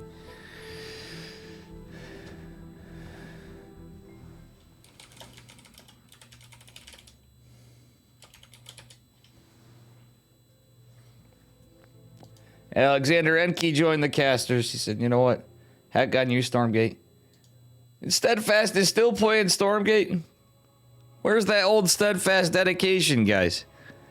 The man who grinds every EPT Open Cup. So it's Dave, the cranky ducklings earlier. I guess everybody else is going to be doing IEM stuff, so... You know, I get it for a lot of cases. I think Steadfast has got... Yeah, he's on a B stream, isn't he? Anyway, spawning in the upper left-hand corner of Golden Aura in the red, it is Apple Juice.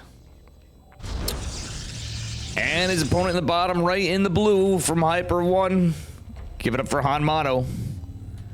Good night, Sibajon. How you doing, Cicada? What up, Psychons? Welcome, Cicada. Good to see you as well in Psychons.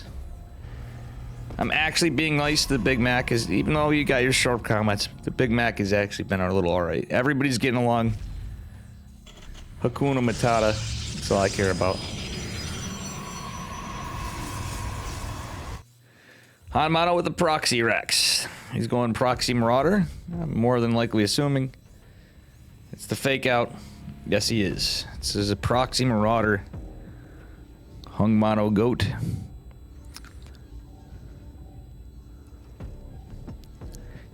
Apple Juice is pretty good. He does play... He started playing other races. He's a really young guy. Funnily enough, when Apple Juice started, he goes by Legendary in-game. I actually played Apple Juice on ladder. I didn't realize how young he was. And he got really good really fast. Like, he's not like in the highest rung, but he's a 5.2k Protoss player. He got GM in all 3 races. And he actually, funnily enough, used to be so annoying of it. I'd play his Zerg. And I think I even played his... Yeah, I do. I used to play against the Legendary on ladder, aka Apple Juice.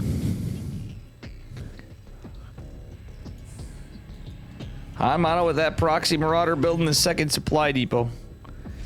Psyching it out. And again, Apple Juice with Nexus first, no scout. So I gotta say, no, actually this time he did go core first at least. But Apple Juice really set himself in a predicament. By not scouting, I'd see no advantage to this against Terran, especially Terran like Hanmato. But maybe he's just practicing, I guess, or trying to work on his builds, I guess. And Apple Juice is on Pigpan. Hanmato's from Hyper 1's team. Hyper 1's a map maker, and he started a team. Passion Lord, my guys. He got bullied into paying Hanmato's salary. I can relate all too well. Foxer didn't do that to me. I'm not even casting my guy.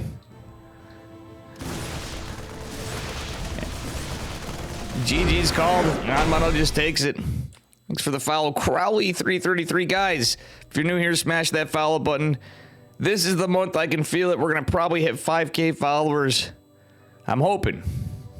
That's how you keep me in Twitch. 5K followers is the goal. We're almost there. Where's Clem? He's in IM.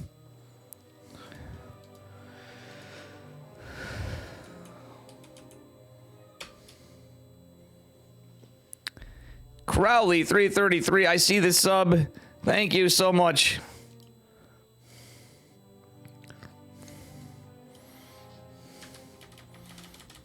Thank you so much. Ryan, he's in...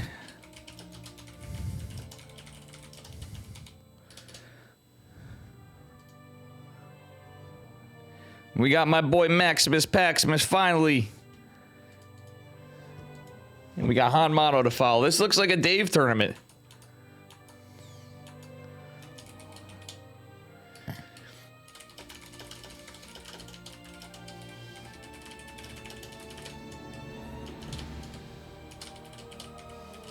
Han Mono versus Max Pax. Is it 2022?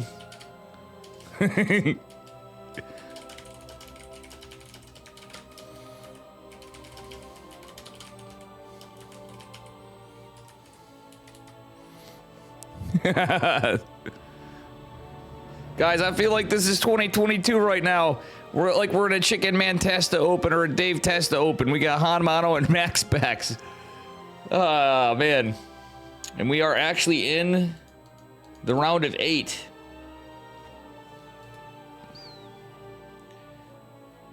I'm trying to see. I'm going to see if we got any more results. Epic versus Wayne going on. Oof. Maples versus Disrespect. I missed Maples' game. I really wanted to get his, too. I want to get everybody. Foxer, where'd Foxer leave off? Let's see. Where is he at? Foxer still in it. Foxer still in it. Foxer versus Barry. These guys are getting their vetoes in. Thanks for the follow, Yammers. Do appreciate it. But thanks again, Crowley. I really appreciate it. It's your first subscription in the Dave stream. 5K, Dave. I thought you had millions. Ha!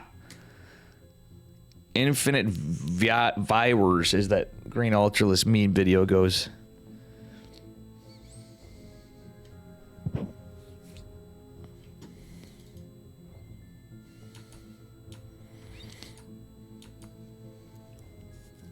All right, guys, we'll be starting out in just a minute.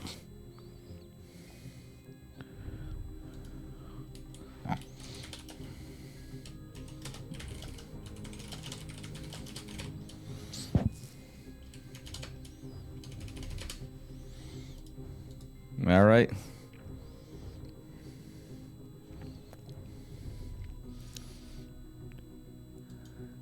Hey, no problem, Crowley. I hope to see you around more. Good to see you here. I've seen you around in all over Twitch, I believe. I am more than just a Twitch chatter, barely. I enjoy playing poor Protoss and casting games. Little chill, because like many people, I'm working here. Thank you, guys. I appreciate the kind words. Listen, I'll have plenty of time to play Stormgate 2. I'll make sure I have some time with it. Max Pax is laughing. Easy dubs. All right, guys, I got to show you this. Me versus Max Pax. I'm on with Dave.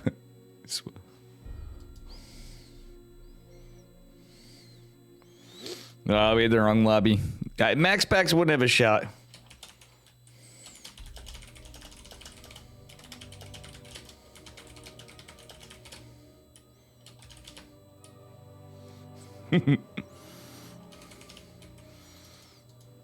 Max Pax, no. That's funny though. Max Pax was actually laughing. He's like, bro, you gotta switch Dave, man. I think you're a little better than Dave. Hanmano does my build, in fairness, guys.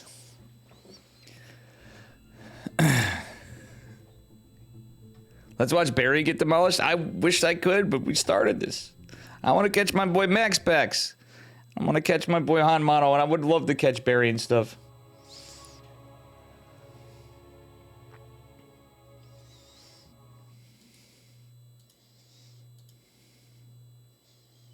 All right.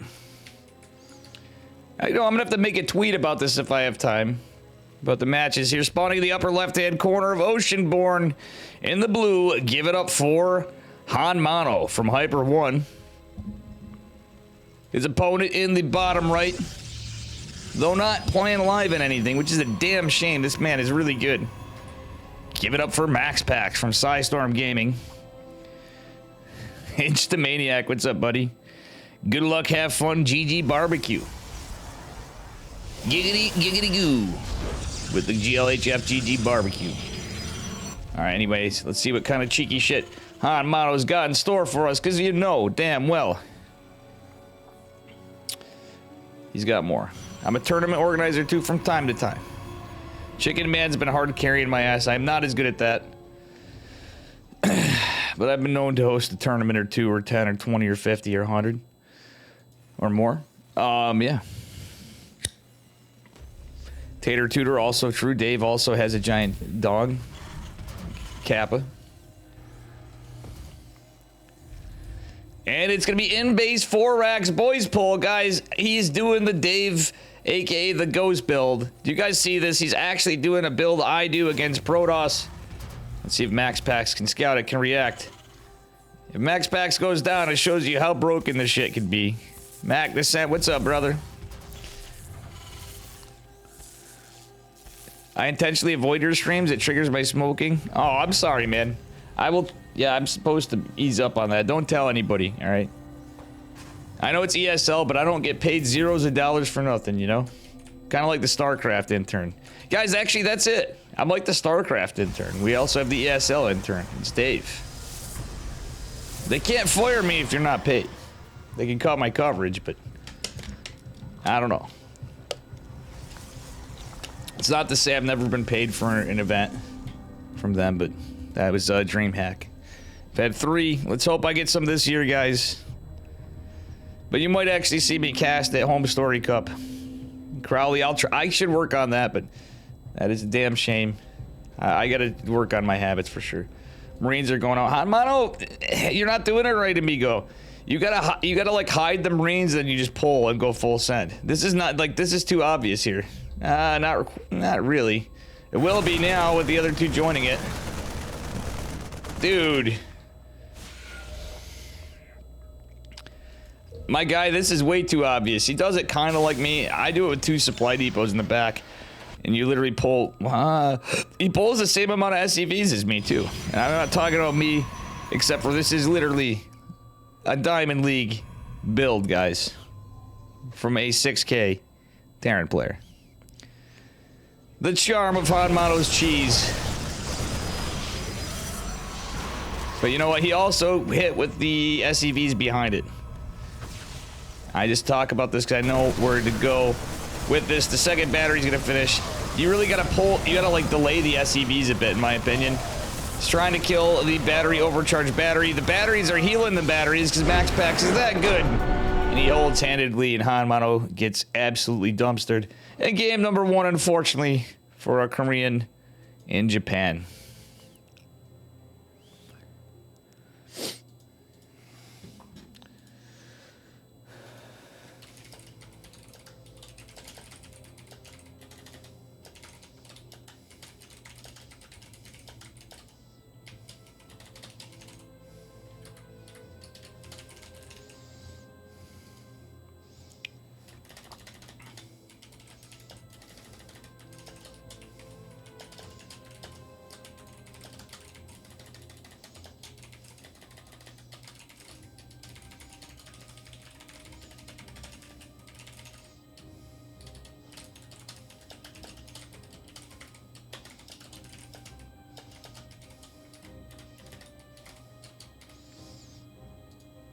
All right, I had to make a little tweet here.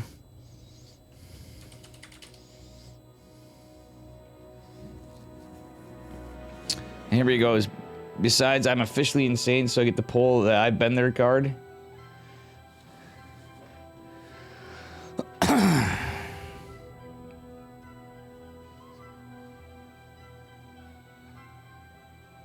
Because it's 1 in the morning. Oh yeah, Crowley, you are in Europe, aren't you?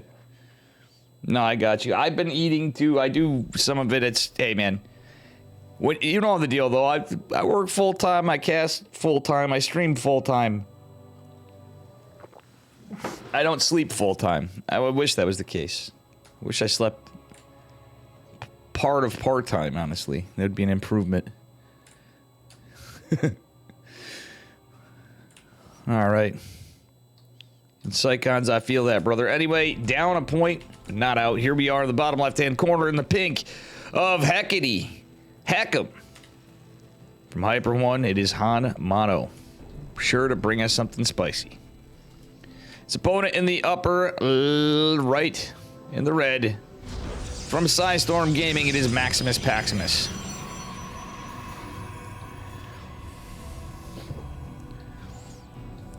All right, guys, we got some stuff. We got the Alexander Anki casting in Spanish. We have Rocklets on Brazilian or Portuguese. And it looks like some other Spanish casters, I'm guessing, unless it's the Rocklets. I don't know what's going on here. We got some other folks in here. I don't know if they're the admins or what, but I think we do have other casters, which would be cool. Alrighty, guys. Let us see what we get here. eBay block from Han Mono. Taking a little note from Clem, I'll say. Clem's been doing a lot of this. Max Pack's pulling 4 of the boys. Wow, look at that. He's going to get the SCV. And that is a good start for Max Packs with an eBay block. He wants that. And honestly, yeah, it fucks with your mining a little bit. I'll be real with you guys, though. 4 probes is going to be just fine. He's going to force the cancel. Just delays the Nexus a hair. It's really not that bad. This is like a standard... It's going to end up being a standard, like, Masters 3 Diamond 1 player Nexus trying to get it at the right time. You know what I'm saying? It was perfect, man. That's like me saying that, you know? You guys can relate, some of you. No, we do not hit it at the right time. Sir, that is not true. Or ma'am. Alright, Barracks Factory opener from Han Mono, not double gassing it. So I'm thinking he might do something like 3 Racks Factory. We'll see. But it is Han Mono, so it's going for a scout with the Marine. Looking out for an Adept earlier, but it's not the case. Okay, Han Mono's playing a little scared is what's going on here. He's going to go into... What is it going to be? It's going to be Cyclones. It's going to be Widow Mines. It's going to be Hellions. I think we're probably going to see Hellions because the gas. It's going to be 1 Cyclone. Never mind. Double Cyclone opener from Han Mono. All right, so he's getting extra greasy here, guys. Uno, a battery. That was pretty wild. How you doing, City Cutie? Welcome, welcome. All right, Adept shading across the map. Adept number 2, I should say. And 2 Adepts. It's not an ideal opener against 2 Cyclones. It is Max Packs. And they are alternating between Central and Western servers. Han Mono, who's in Japan. Yes, he's Korean, but he is in Japan. Well, he might be favored this time. I don't know who was favored first. I forgot. I think it was Max Pack, so I think it's Central, West Central right now. So Max Packs gets the preferred side usually, but in this game, I believe we're on West. Actually, let me confirm that. We are on West, yes. Just had to pull it up. All right, the 2 Cyclones, the 2 Hellions, and the 1 Marine. What a random little assault. All right, Han Mono is going to lose the 2 Hellions, but you know what? The Stalkers are down. Warp Gate is completed. Battery overcharge is activated. What a scrappy little fight here. Forcing a damn early battery overcharge, but Max Pax is going to hold. And it's switched to racks. Han Mono doesn't really have anything. Max Pax may be able to end this fairly early, honestly. That's a bit of a commitment from Han Mono there. All right, he's going with 2 more Hellions. Going to go poke and prod, try to get some damage. But Max Pax has this beautiful wall right here. Han Mono trying to go into some kind of Marine tank play, of course, but... realistically, it is going to be 3 Racks Factory. Did I not call it, ladies and gentlemen? Did I not call it, Mr. Gentleman? Crowley 66. That's funny, Night Garden. You know, I didn't pick up on that, but at one point I remember seeing Crowley in chat, and I kind of thought the same thing. Thinking of Mr. Crowley. I'm thinking of Fallout, though, with the, on my eyes as a Fallout enjoyer. If you guys remember.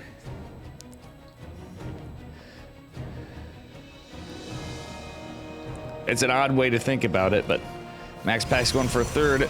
Nexus behind this, by the way.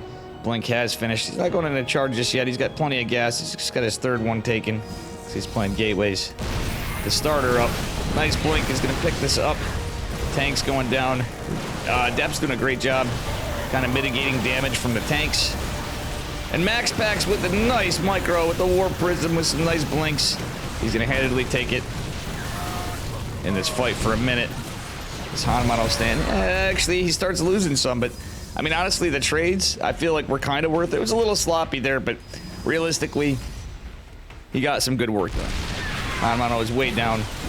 Max Pack's even getting a kill on the bunker. That's 100 extra minerals. He's going to reposture. Go back up toward the main, maybe? Yes, he is. Hanamato has 2 siege tanks. They're down on the low ground. This is going to leave him very exposed. And this is Max Pack's doing Max Pack's things right here. Using 4 stalkers as he texts in the charge. His Forge finishing up. He's going to go poke and prod and get a lot of damage done. I'm sure of it. 2 Cyclones actually going to come in kind of useful. Okay. Not being greedy. Yeah, actually, that's the best way to do it, in my opinion. Love the Observer, too. That's a good way to catch this. Hanamato looks like he's in some serious trouble. He's down on workers. Max Pax is on 3 base economy. 3 base saturation, in fact. So he's going to be able to gate it up. Charge getting underway here. Got a nice chrono. More gates coming down. I love it. From our Protoss player. Anyway. Is he big in Japan? You know, you're familiar with the Tom Waits song, Inch to Maniac? If you're a Tom Waits enjoyer, that's based. I, too, am a big Tom Waits enjoyer. He frequents my, playlist. For those of you that watch my ladder, there's plenty of Tom Waits on there. Alright, Max Pax is kind of posturing out. Has eyes in enough places. At this point, it doesn't quite matter. He's even taking a nice post 7 Nexus, his 4th base. The Robo Bay transition. He's got it all. Yeah, I think honestly, in this case, hell, I wouldn't have hated him going into Immortals and Templar Archives. Immortal Archon charge a lot with Blink Stalkers. Hell, even just charge a lot Archon Stalker would be really good in alone. As it stands, Hanamato has a pretty decent sized army, but considering what it is, but charge lots actually would Shrek this. Still, Max Pax, yeah, gonna go into the Warp Prism with the 4 Zelly boys. Charge did complete. +1's gonna finish too, which is gonna cause extra damage. Hanamato is now forced to go across the map. Max Pax just kind of picking off a few units here and there. The Zealots with the +1 are gonna be a big problem for Hanamato. Max Pax kind of taking the fight. He's got some sentries here. Does he get some decent force fields? Hanamato sieges. He knows he can't really engage right there. And Max Pax is coming from a backwards flank. If the Zealots pounce on this, he can take out the tanks. Big Daddy Immortal is going to come in and help in the fight. Well played is called Max Pax, advancing to the semifinals in the upper bracket. And I'm still the only English streamer right now for ESL. Tell your friends, we need more people. I know I'm not that good today. I'm a little scuffed.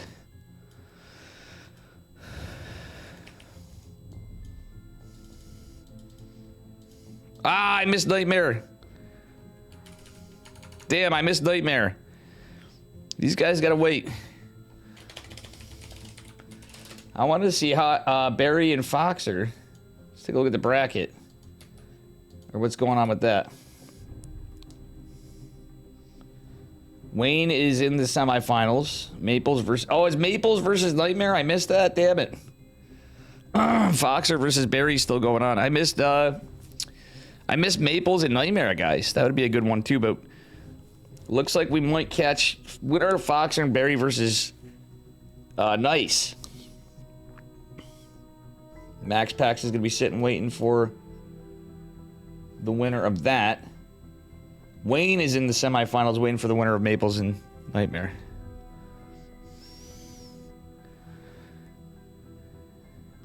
So guys, and fortunately, myself, Alexander Enke, and I think everybody else is missing some lobbies.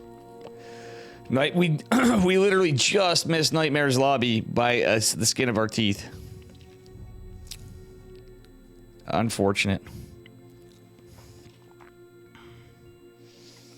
Guys, how's Barry's game looking? I'm gonna look on Foxers.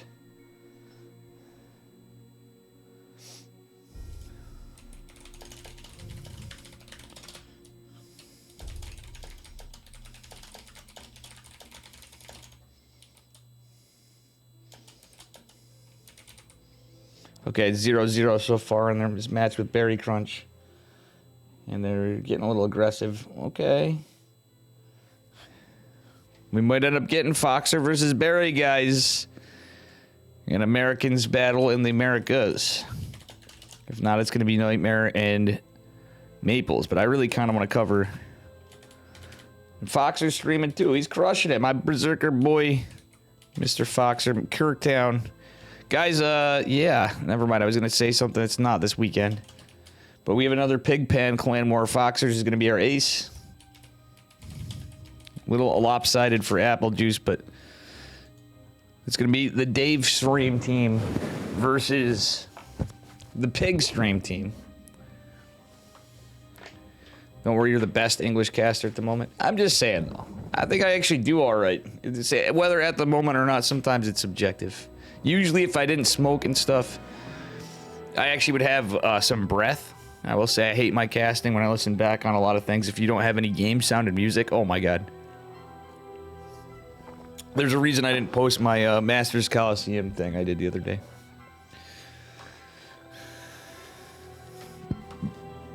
Hup hates Maples, jeez. There's always drama between those guys. Maples is done with Dave, though. See how it is. We're just waiting. Unfortunately, there's nothing else we can do until we get a lobby.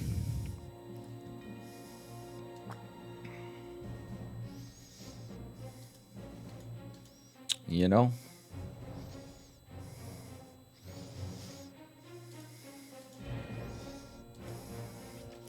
So this be it as we get into the tournament. Alexander Enke's even waiting, like I said, so we can't even go on to my amigo from Mexico, Mr. Enke.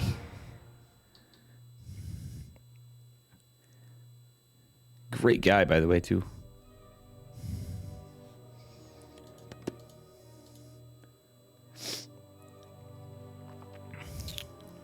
A lot of good guys playing tonight, though, too, really.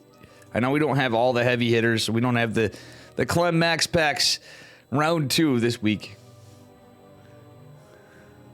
BM in the DM Rigatron. True.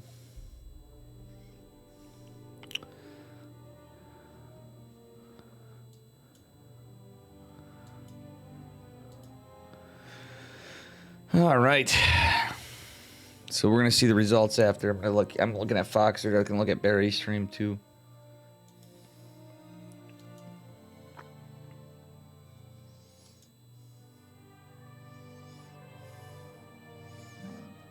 Excuse me, guys.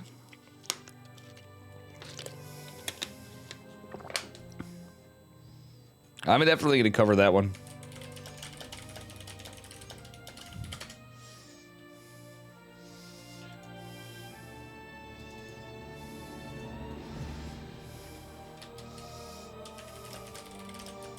I hope this doesn't take like a year and a half, though. That's going to be the only problem. No Max Packs for a bit. No Wayne for a bit. No Nice for a bit. Maples and Nightmare get done sooner. It's PvP. It's very possible. You know?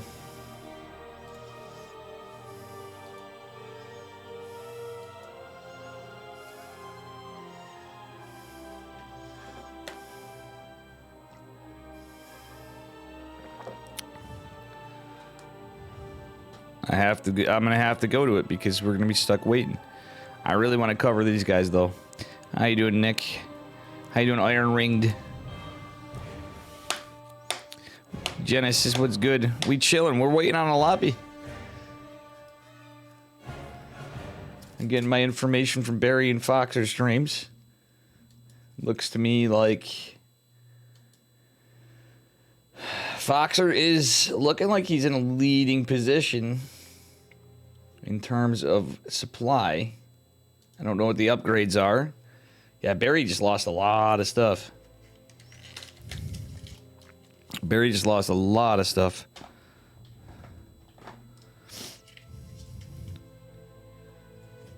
Oof.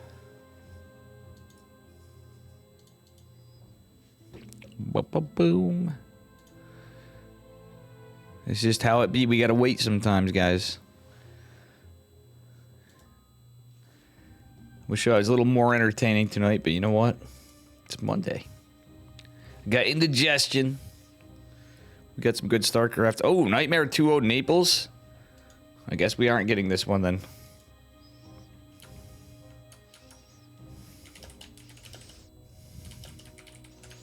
So it is Nightmare versus Wayne.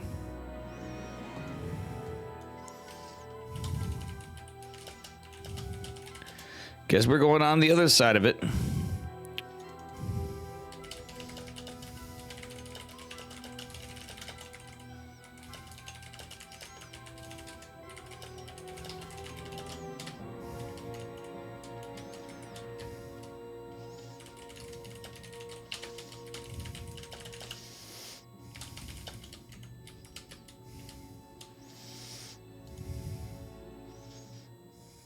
I don't have a monkey.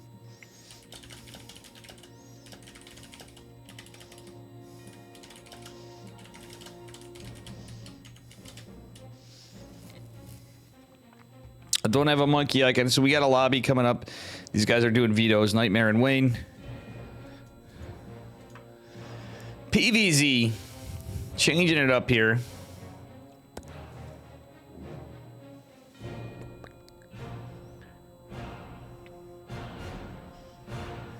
You know?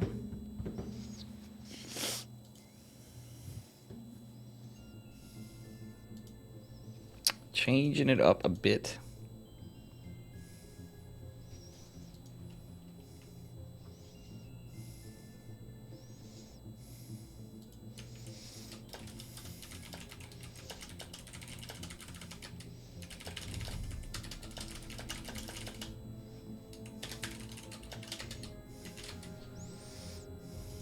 I'm telling Foxer I want him in the finals.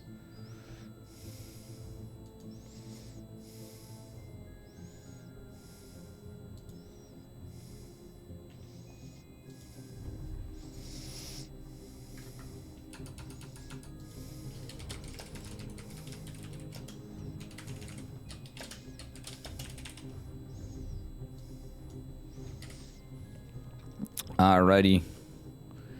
Maybe you can play some Stormgate. I was going to play a little Stormgate today. Everybody's giving me shit. I know I'm a man of principle, but I was going to play a little bit.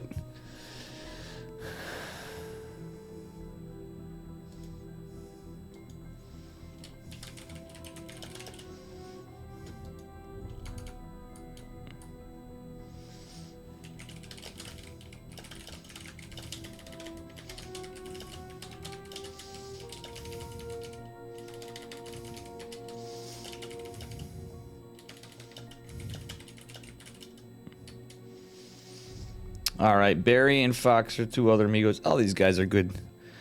I'm glad we got Nightmare tonight. I gotta give Foxer his allowance.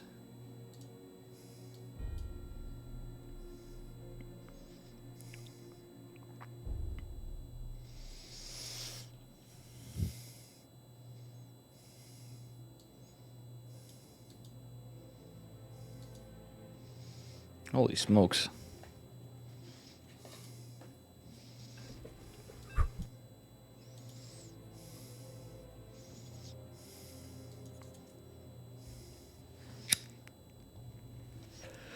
All right, guys. Again,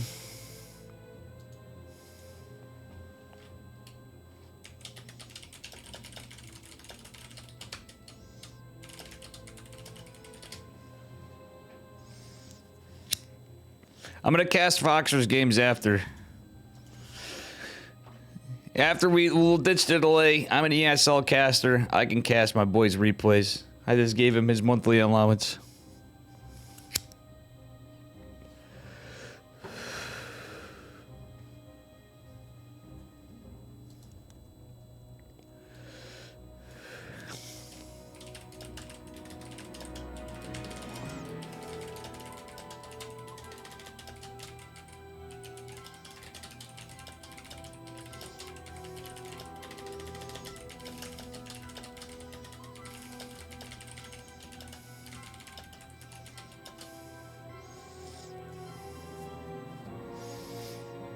Alrighty, ladies and gentlemen. Waiting for these guys. They're getting their stuff in.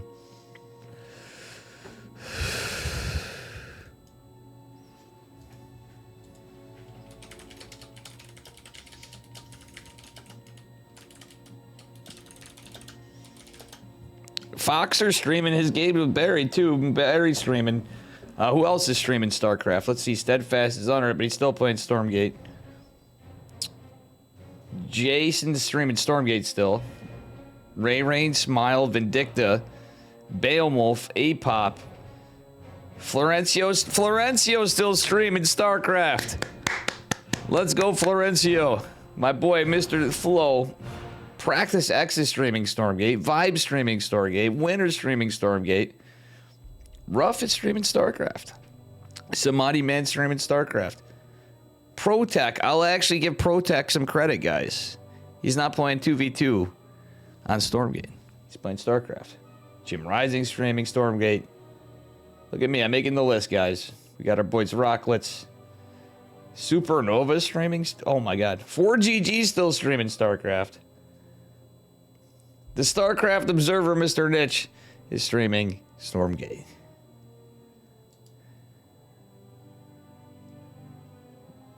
And going down the list, I'm seeing...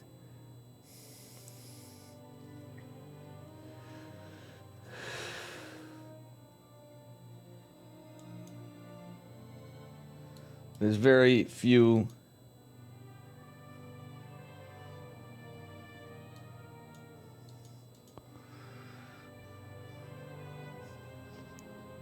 Yeah, I'm glad to see there's people still streaming StarCraft. I'm just reading it off while we wait. It's kind of funny.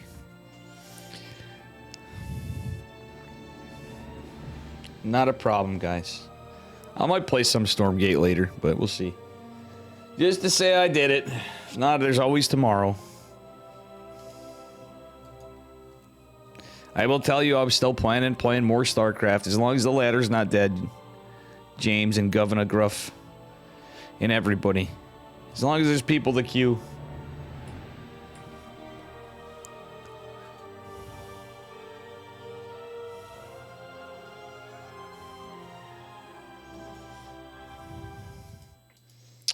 All right, guys. It's 1 week of you can stream on it is why too. I think everybody wants to support it. Everybody has hope, but it's the week they have like a 1 week where anybody can stream it. That's in it. It's open access, so it's kind of a big deal for the Steam thing. So just kind of where we're at.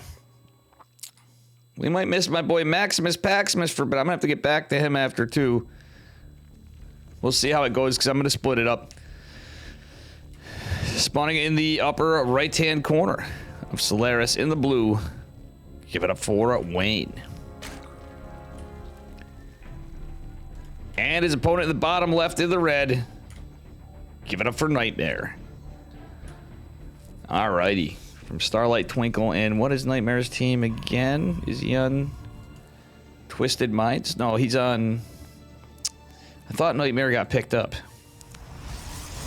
Or am I hallucinating, chat? Alright, be that as it may. Wayne just scouting out, seeing if he's getting a hatch block. It is not the case. 4GG does not compete in weeklies. He stopped competing, but he always grinds the ladder. 4GG's like the Terran Keith Richards on the NA server playing from afar. All right, Nightmare going for double gate, interestingly enough, in a very scuffed up wall here. What is this wall? He's going for fast 2 adepts. I'm calling it now. Look at the rally. 100%. He's going double gate before Nexus, which is kind of based. He's going to get that core first, too. That is a very strange wall, though. In fact, it's a 1-unit gap. It's just skinny enough to fit an adept through. That's it. And unfortunate news to Mr. Vet. You're like, let the ladder die, I want to be GM. Unfortunately, sir, I hate to say it to you. I hate to break it to you, chat. If the ladder dies for a while, you have a better chance of queuing. You're probably going to queue. I have a feeling it's going to be a lot of regular old scrubs on there, sure. But there's going to be a few holdout GMs always constantly on, gatekeeping the shit out of everything. All the trolls. We all know this game. There's going to be the gatekeepers left and right. The D-bags that we all have to deal with. Anyway, metabolic boost on the way for Wayne. Just getting a little link pressure on. He's going to scout that this is a double gate opener. Probably a little perplexed, but this is very fast adepts. 2 queens coming out, just the 4 lings, and they're split up. 2 are going to retreat back home. The 3rd hatch is going down. And that being said, I want to see what damage gets done. Wayne reacting in kind, getting 8 wings out. That's actually really smart from our Zerg player. It's like, you got to do it. 2 adepts that early is got a lot of damage potential, but it's pretty easy to get the amount of lings you need, and etc. And the queens. Oh, nice micro from Nightmare, but he does lose an adept. Unfortunately, this does not pay off, but he forced out some earlier lings instead of drones. At the same time, it kind of equalizes out. Is a robo follow-up. Nightmare with the special sauce builds. I love it. How you doing, Crackpot? Seth Light, I didn't say hi. How you doing, too?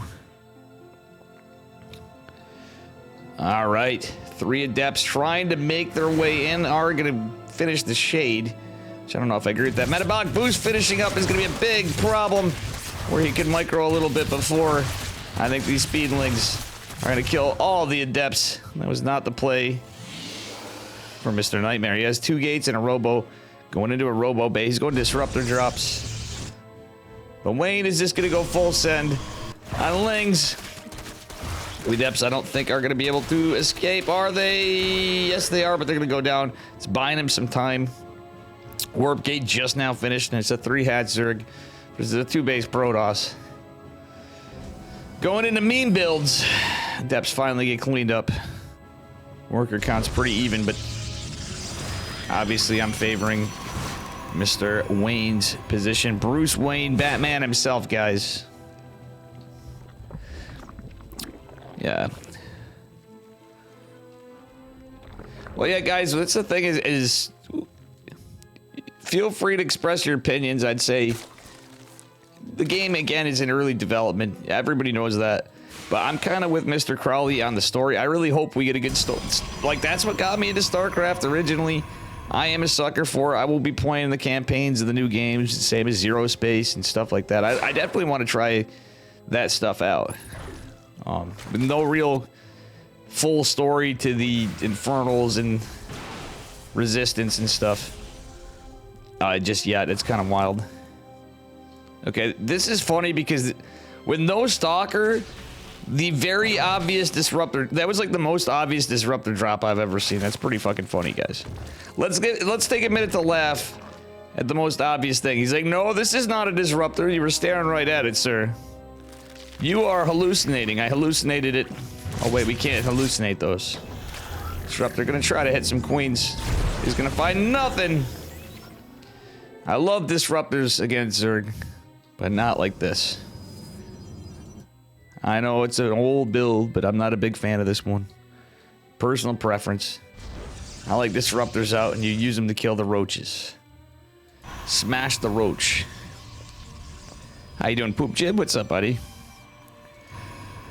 But that's a hell of a lot of lings. Disruptors can get some work, but you know what they can't get? The surface area when they surround something and they're going to damage their own stuff. The Disruptor's forced to come back, but they're creeping along too slow. The Stalker and 2 Zealots and an Adept coming. Disruptor's trying to clean up some of it, get a Ravager, get some of the Lings. It's a hold, but the base still has to be canceled because these 6 Zerglings aren't going to be enough pressure to cancel it. Kind of a glass cannon build. I'll be honest, he opened double gate, very fast Adepts. Went into fast Robo. Unable to find damage. The trades favoring the Zerg, I'll be honest. Mr. Wayne, the man of Gotham City, is getting the work done. 4th hatch on the way. We'll see what happens here. So what was the results? Did Foxer go on? Because I might have to jump series. Or did Barry win? He was up over Barry. Did it? I hope if it goes on, I would love to catch that series too, leading into max packs. I love these guys. But Foxer's my boy. I just paid his salary on stream, guys. Part of his salary. He doesn't make a lot of money, but at least he gets something. You gotta help those college kids out, you know? I wish I could do more for more StarCraft stuff. You guys pay for it, honestly, chat. Sub to Dave. You're subbing to StarCraft. Alright, anyway. You're also subbing to Beer, but that's neither here nor there. Very unlucky. Looks like he's gonna lose not only the War Prism. Does he save it? Doesn't lose those yet. Oh, just kidding. Ladies and gentlemen, it's a tough call. I wouldn't quite GG yet. Look at the worker count. The army count scary in favor of Wayne. This is where he really could. If he didn't lose those disruptors, I would say it's totally worth it. Oof.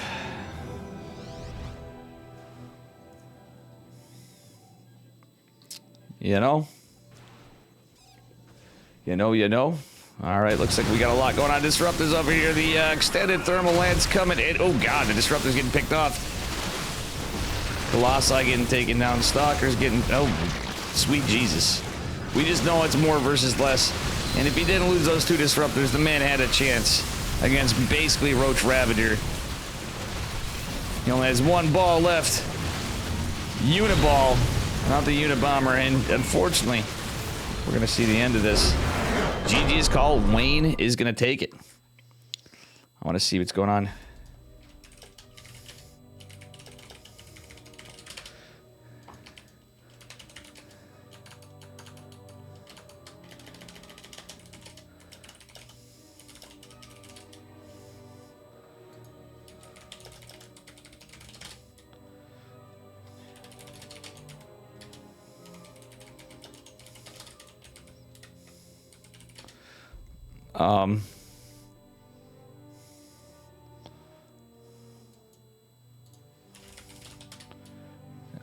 Hold on.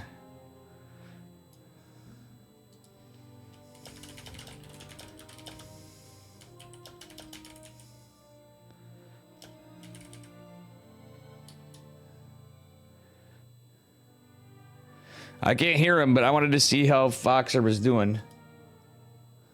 Looks like he beat... Did he beat Barry? I want to catch the other series if I can. If that's the case. Yeah, Barry's playing Stormgate now, too.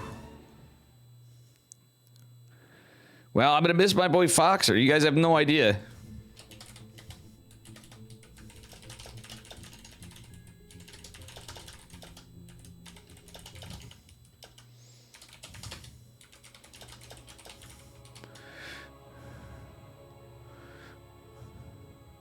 How you doing, Yeti? What up, MJ Customs? Welcome, guys. Reclined, how you doing? Here we are. In game number 2. I'm hoping I can catch it. It looks to me like Foxer won, but nobody answered me, so I'm in this still, and I like this. It's a good series, but I'm just, you know, Dave has a little bias here and there. Spawning in the upper left-hand corner. In the blue. Give it up for Wayne. From a Starlight Twinkle. His opponent in the bottom right. In the red, it is Nightmare. That does not look... I never go Disruptor drop, dude.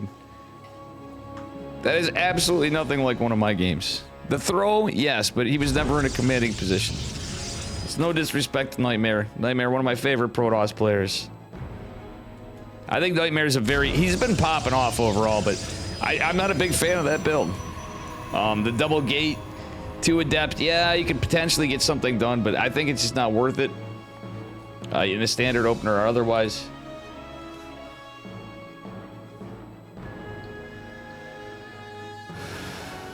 Maybe I'll be able to catch my boy. See what Nightmare does if Wayne takes it.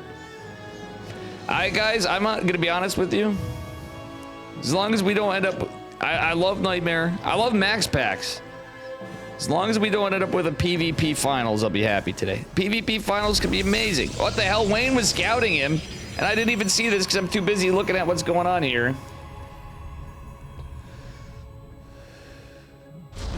Jesus Murphy, guys. All right, that being said, we do have a little Probius harass. Bada bing, bada boom.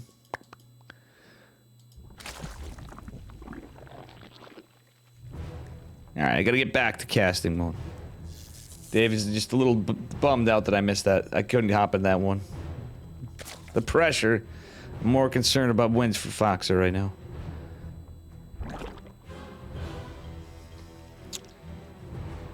Honestly, I would love to see Wayne and Nightmare play with no ping. I think these guys would be actually truthfully, they could be a really even match. Both of them have been known to take down some pretty heavy hitters in said matchup. Nightmare opening a little more standard, going Stargate. Not doing anything like, you know, going Warp Gate before Stargate, so I think it's gonna be a standard opener. Probably an Oracle, but Nightmare does some cheeky things. We might see a little Void Ray. We might see a little double Stargate action here. It is quite possible. All right, Adept, Shayton back. Foxer did beat Barry. Thank you, Seahawk. Appreciate it. All right. Stargate is going to finish up. We'll see what we get. It looks like a Void Ray. Is it going to be a Void Ray? It is a Void Ray from Nightmare. This looks a little more like my game to Big Mac.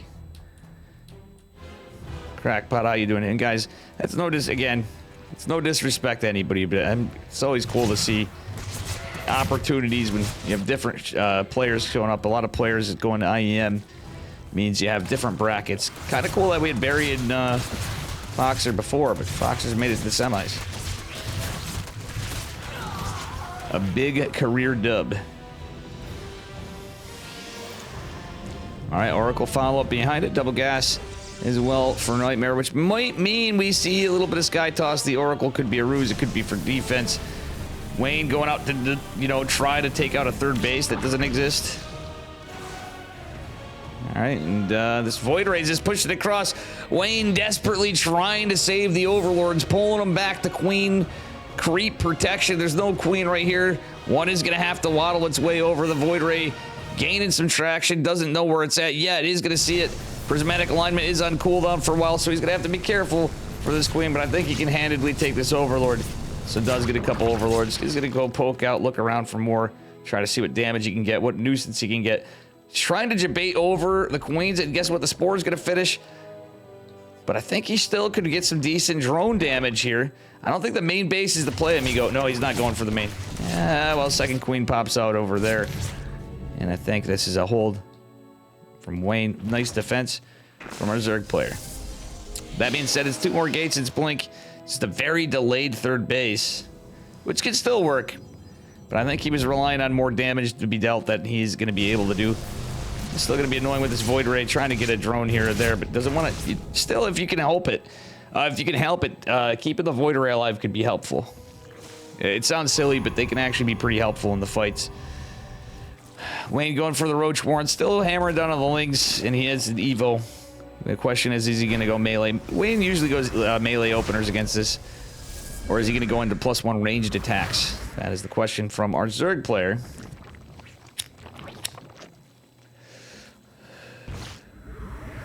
Wait, is Foxer in the semis, or am I wrong? I'm being stupid. I think he's not in the semis. He's in the quarterfinals. he has to fight nice. So I apologize. Sorry for that, guys. I'm just a little excited on the sidelines here. Thanks for the follow, Frobenius. Do appreciate you. All right, Oracle took a hell of a beating, barely living with 1 HP, by the way. Nothing I could have done better there in casting. That's a hell of a beatdown on that Oracle. Lost all its shields, taking considerable hull damage. Blink is going to finish up. What I don't like about this build even more is the scales. When you're playing this style, I'm a big fan of 1 or 2 forges. We have no forges, no upgrades. We see Nightmare get in these situations. Not usually Nightmare as much. Knight's, funnily enough, is a guy we'll see without forges more often, but I kind of don't like this, guys, for a Protoss player. He's getting a little worker damage. I'll give him, you know, we gotta hand it to him. He's been a little annoying. Saving the Oracle was huge, though. It's basically dead. And he is gonna go try to hit with the timing. But look at this. The Zerg's army supply is better. +1 ranged attack's gonna finish. There's a lot of Roach Ravager. Glial Reconstitution gonna finish. And as it stands, you don't want to be at a spot where you're down an upgrade against Zerg with Blink Stalkers, in my opinion. Against Roach Ravager with +1. It's in a way, it's a little better than if he was going melee and lings, but still. Guardian Shield gonna be a good factor here. I like the sentries, even with the corrosive biles. Wayne is targeting the Stalkers because he kind of has to. All right, a little bit of miss micro from Mr. Nightmare still. The force fields helped.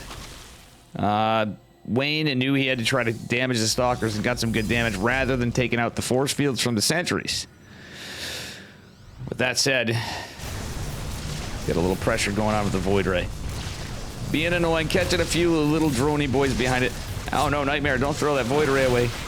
Weirdly enough, this is where he should have taken, in my eyes, taking that Void Ray in the fight down here, as you get the Ravagers away from Queens, could force some biles out in places where Wayne does not want them. That being said, the third base has been established. At least the Forge finally coming down. There is an Oracle trying to get on back of this. That 1 HP Oracle. And he got into Disruptors. Okay, I didn't even see this, which is pretty sloppy on my part, but I love it now. If you're going into a Robo Bay behind this, that's even better against this much Roach Ravager. Even if he gets in the Hydras, Disruptors are, in my opinion, a way better play than Colossus against this. Because Colossus against Roaches, well, they just tickle them. They do a better job. I guess with force fields and, you know, some backup of Stalkers. But at the end of the day, you're way better off with Disruptors against this. A little bit of Ling pressure, a little bit of Lings forced out. Oh no, this is greedy as shit. Nightmare, you could have really used that. There's going to be burrowed Roaches with Tunneling Claws. That's Tunneling Claws being researched. The burrow is finished. And Groove Spines for the Hydras in the Infestation Pit means we're going to see a Hive and we're going to see Lurkers. It's going to be all the invisible things. There it is, the Hive. Behind it, at some point, I'm sure we're going to see a Lurker Den from Wayne. At least we have Disruptors and another Robo. I do like that choice from our Protoss player. Wouldn't hate him, wouldn't hate him pumping out some Void Rays. It's going to sound dumb, a couple, and transitioning to Sky Toss after. Yeah, you're kind of stuck in your army composition for now. Finding momentum, getting the base, defending, maybe putting a little pressure on if you can't. Getting the transition points against the Tier 3 Zerg is going to be very important because Nightmare is just finishing his first ground weapons upgrade. Range attack +2 coming down is very nice for Wayne. And it's going to be tough holdings for Nightmare, I'm not going to lie. He doesn't have charge behind this. He's literally got... The Tier 3 he has is Disruptors. We'll give him that. But it's going to be tough because Vipers are going to be a thing too. He's going to need feedbacks. He's not going to have a Templar Archives. But at least he's secured the 4th base. Kind of a strange one. Alright, well, Muscular Augments isn't done. Nightmare kind of keeping some army out in each position. His army's decently sized. He doesn't have an Observer, and he lost... Oh, no, he does have an Observer. Okay. I now don't hate this near as much. Wayne going for a Zergling run by on the side, or maybe a flank. Disruptors are here. Kind of standing out and threatening, just throwing those balls. He's sticking them right out of... like throwing them out on his chin. He's a ball-chinian, guys. This man has got balls. Unpopular opinion, we don't see any Vipers. I wouldn't hate if he continued this disruptive production. Maybe this is where he can start getting some Colossi out. But he's not getting upgrades behind this. He wants to go full send. It's 4 bases. You don't really have to go full send. Good fights and trades is nice. Oh, beautiful disruptor. Gets 2 lurkers morphin, so he didn't keep this down by 2 lurkers in account. Snipes another one. Wow, very sick plays from Nightmare. I like this game a lot better than the last one, that's for sure. And he made me very happy on his end. I like my boy Wayne. I am a Protoss, though. Finally found the stream. How you doing, Walter Helsing? Guys, if you're new here, smash that follow button. If you've never seen me before, no, I'm not that fantastic. Yes, I'm an old bastard. Well, welcome to the Dave stream. I do cast quite a bit. I don't cast every EPT Open Cup on Mondays, because sometimes I just want a ladder, and I work. But I do stream. You can basically safely say I stream StarCraft 2 every day, with few exceptions.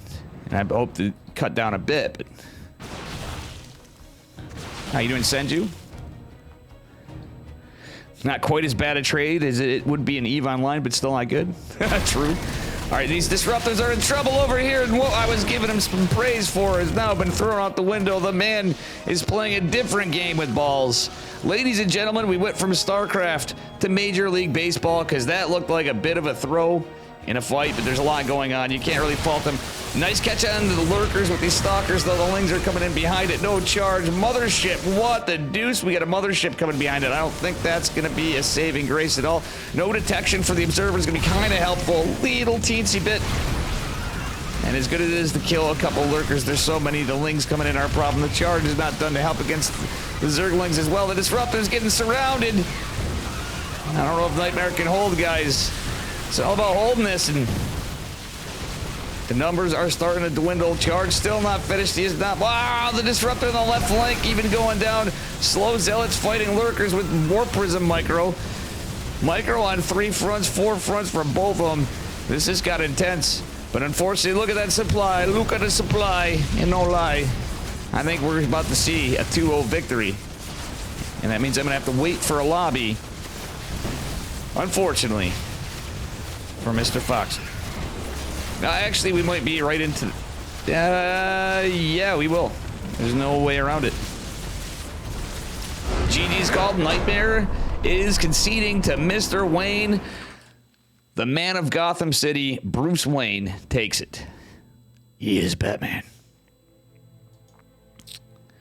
Guys, do appreciate a follow. We're getting awfully close to 5,000 followers. Never thought I'd say that. Yeah. You know you're fucked when you have mass stalkers versus lurkers. True. It can work out, but once you start getting seismic spines and stuff, I start losing a little faith in that. Okay, let's see what Foxer's up to.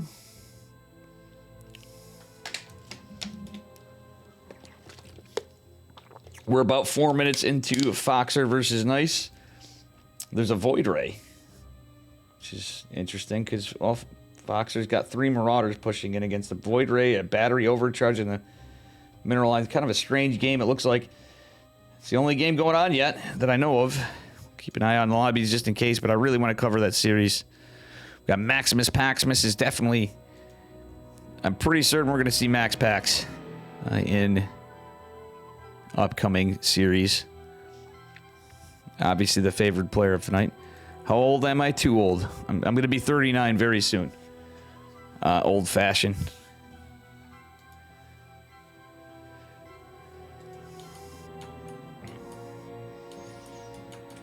So Wayne takes it in a 2-0 this week.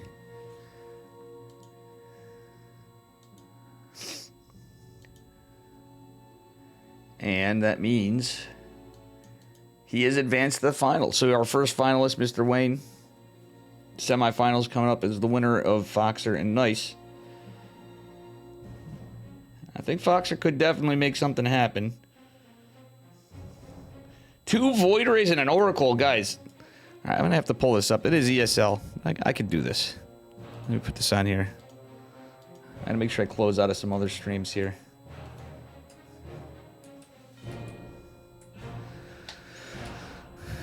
Because I want to put Foxer's sound on while we wait. Let's take a look here. Moving my camera.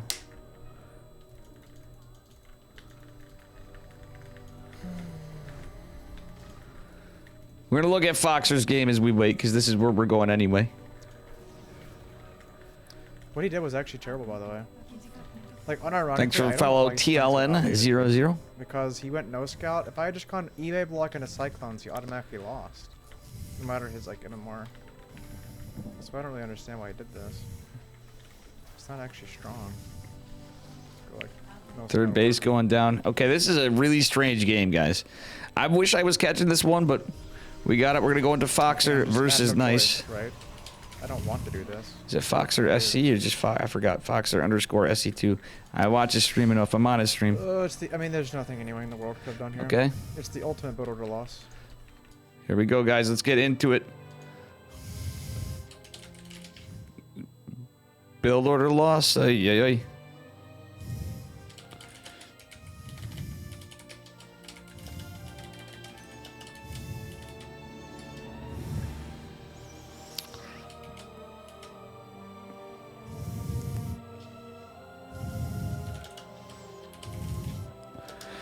So it was a build order loss. Unfortunately, went Proxy Marauders.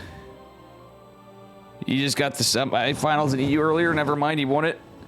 I don't know what I'm talking about. Yeah.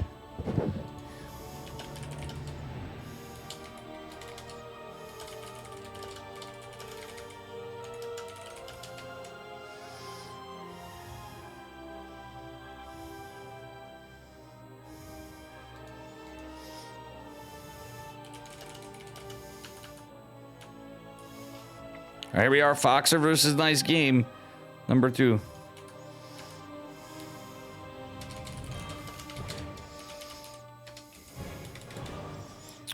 Foxer versus Nice. Winner goes on. Who's actually the winner here when you win? Because you got to go on to fight Max Packs after. Oh, yeah. Still, yeah, either one of them going to be happy. But nonetheless... We're going to continue on, and let's do the prediction. Foxer's down a match. I'm going to do a prediction on this.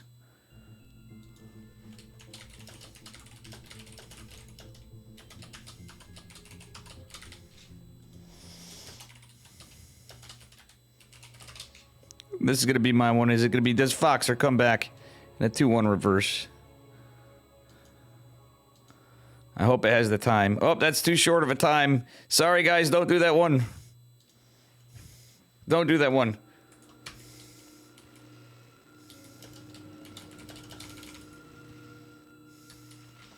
I think it was 1-0 Nice because he just did build order counter, unfortunately, as we saw with Proxy Marauders and stuff. Anyway, spawning in the bottom left-hand corner of Rad, who's at station in the yellow from Berserker Esports / Kirktown. It is Foxer. His opponent in the upper right in the red. It is Nice. Let's go. And Nice is up a point. Foxer's going to need a 2-0 reverse sweep. Sorry about the prediction, guys.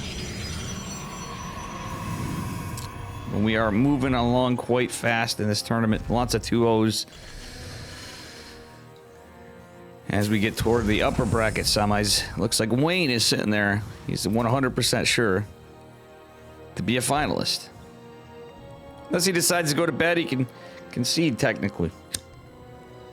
But I don't think our Russian Zerg amigo is going to be going to bed after that anytime soon. He wants to get those dubs. But we also have a 100% chance of seeing Max Packs, because it's very unlikely that he is going to go to bed anytime soon. The Prince of Denmark.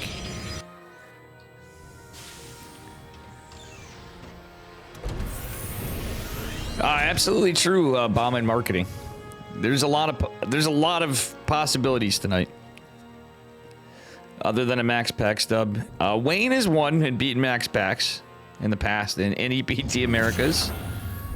Actually, were they even on the same side? I'm pretty sure that's happened. And Max, I'm always rooting for Max in my ways. This time, it's one of those ones where I want to see some spice here. We always got to root for the underdog, and even Max Packs probably gonna be like, well, I'm the player. Can't root against myself, but he's probably still like, I want some good competition. So we want some good games. We've had some good games, but a lot of clean sweeps. All right, Foxer just playing it safe, taking a high ground, minding out the back. Is he going to play some mind games here? Is Foxer going to take a base here? What's he going on? Yeah, he's taking 3 CC off a reactor. This is incredibly greedy from our Terran player. That being said, this Stargate could be another build order counter because he's not going to have much to deal with an Oracle. And I'm pretty sure from how this is going, well, maybe not. It could be Phoenixes. In the case of Foxer, I really am hoping that it's Phoenixes. But we'll see. Nice, again, up a point. And it seemed like that could have been either way if it was anything but anything after but is bullshit. You know the old saying, guys. Well, if you're old enough, you know what the saying. Some of you guys might be incredibly young. Alright, Adept gonna find its way back. Gonna get some damage on the SCVs, which change. Oh, nice save on the SCVs by Foxer. Actually, really good micro. I know this is earlier on, but he's splitting Marines off. Look at this. This is one thing I always gotta give Foxer. Listen, he's an underdog. This man has some pretty good micro. Very well done. It's gonna be an Oracle opener, unfortunately for Foxer. He's gonna have a bunch of Marines, but Marines don't really catch up with it too fast. With the Oracle already out, I don't think the Cyclone's going to be done in time. We'll see. Nice orbital coming down. Again, the Cyclone is not going to be done in time. You really need a Cyclone against this sort of Widow Mine and some luck. Oracle is going to be out, but the Marines are right here. Oh. Foxer does scare it away. So some Pulsar Beam energy has been depleted. 2 Adepts going to be a bit of a nuisance too, though, but he saves it for now. Adepts are forced to shade back. These SCVs are a little damaged, but the 3CC build should make up for it. He's got to defend against pressure. Another Oracle coming down. It's good, but does Foxer raise the... Oh, he does. Raises the supply depots. All right, guys. 3-gate Stargate. From Nice, getting a little more aggressive, getting gas before. I mean, it's pretty standard play, but there's nothing... Okay, there is stuff to defend. Still, it's 2 Oracles. It's a little scary. A 3rd Oracle coming out. Nice, building more Oracles. Building a proxy gate, so it's... Is this actually going to be... Yeah, it's 4-gate Stargate. Nice with the cheeky builds, but is it going to be enough to work? Stasis wards could be good. It's a lot of Pulsar Beam energy and all Adepts for the moment. This reminded me of like something that we'd see Xiao do if there was... Like, truthfully, this reminds me a little Xiao-esque.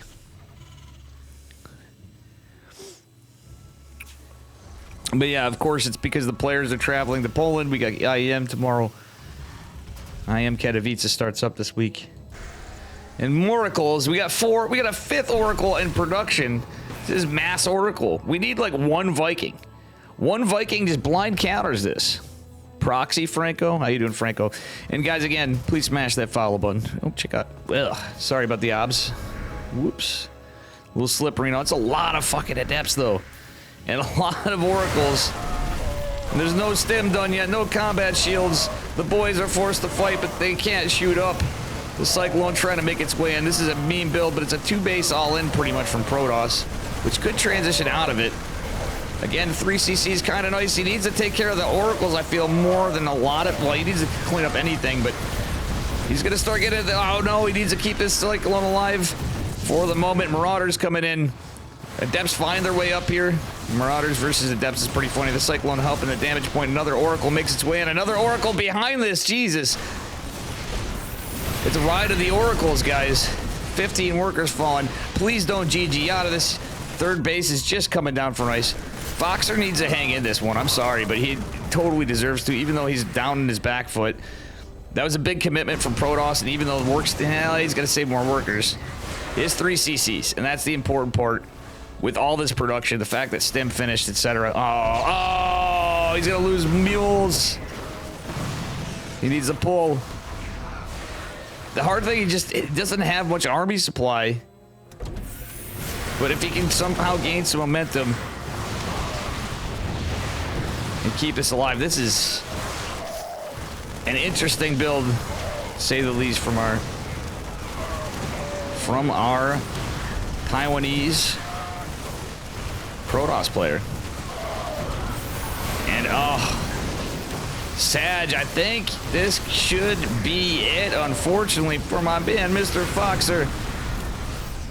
55 and counting workers coming down. That's a bit... I feel like this is a little bit build order loss. It was a really, really greedy build.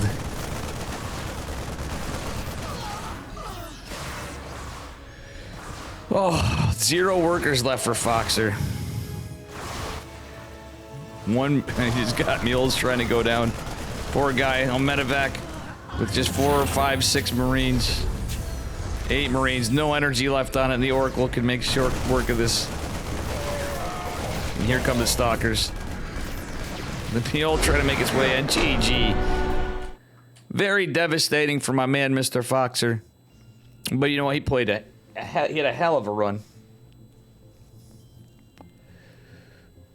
And that was a sick build from Nice, though, but very, very sad for our last remaining American in the tournament. Foxer did have a hell of a run, though. He did make it to the round of 8. And I feel like he did have a shot at taking that series. Sag. But that's the way she goes. Unless I'm wrong. No, I'm... It's Max Packs versus Nice.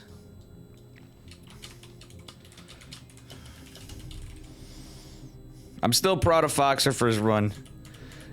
It's just the timing. You could have had it. Funnily enough, though, I shit you not, I think one Viking, if it was possible. You saw how late the starport was because of how it was a greedy opener. It was a high risk, high reward situation. I almost felt like he had a good shot for a minute, but you don't see those builds every day. It's Maximus Paximus versus Nice. Oh, I hope I didn't update that too long.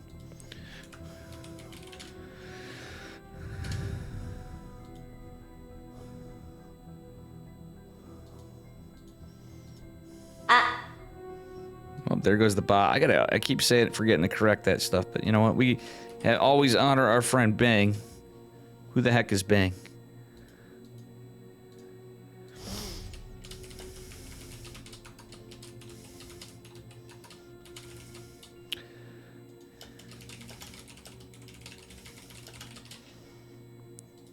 Here we go. Got 5 minutes to predict.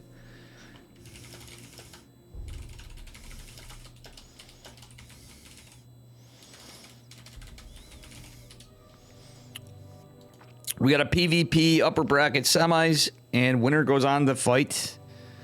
Wayne can Nice pull some special sauce out. Foxer did hang in, and I didn't blame him for a bit. When you got, you know, obviously it's a tournament hold. For a little bit there, I thought he might have had a shot. But unfortunately, I think it was just too much. It was too much.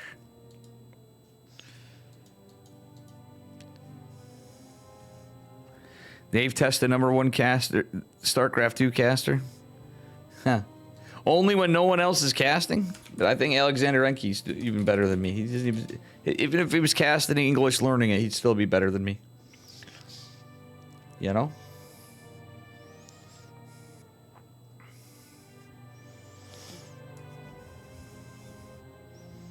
The vetoes are getting done.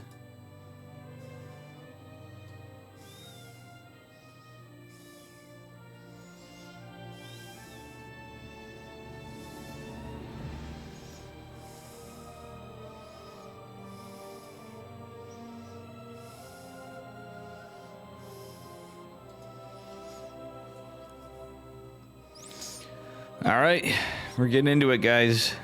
The Max Flax, true. My boy Maximus. Excited to see him. Unfortunately, he's... Wayne's got a shot, though. I think this could be interesting, though. Nice. Could pull out some cheeky builds. It is PvP. I miss Bang, too. The closest streamer I found to Bang isn't a VTuber. It is Key. Yeah, Bang just hecked off. Bang hecked him. I recommend you check out Key SE2. I've not even seen Key play in it, but Key must be busy. I hope Key's all right. I'm going to have to message Key, bruh.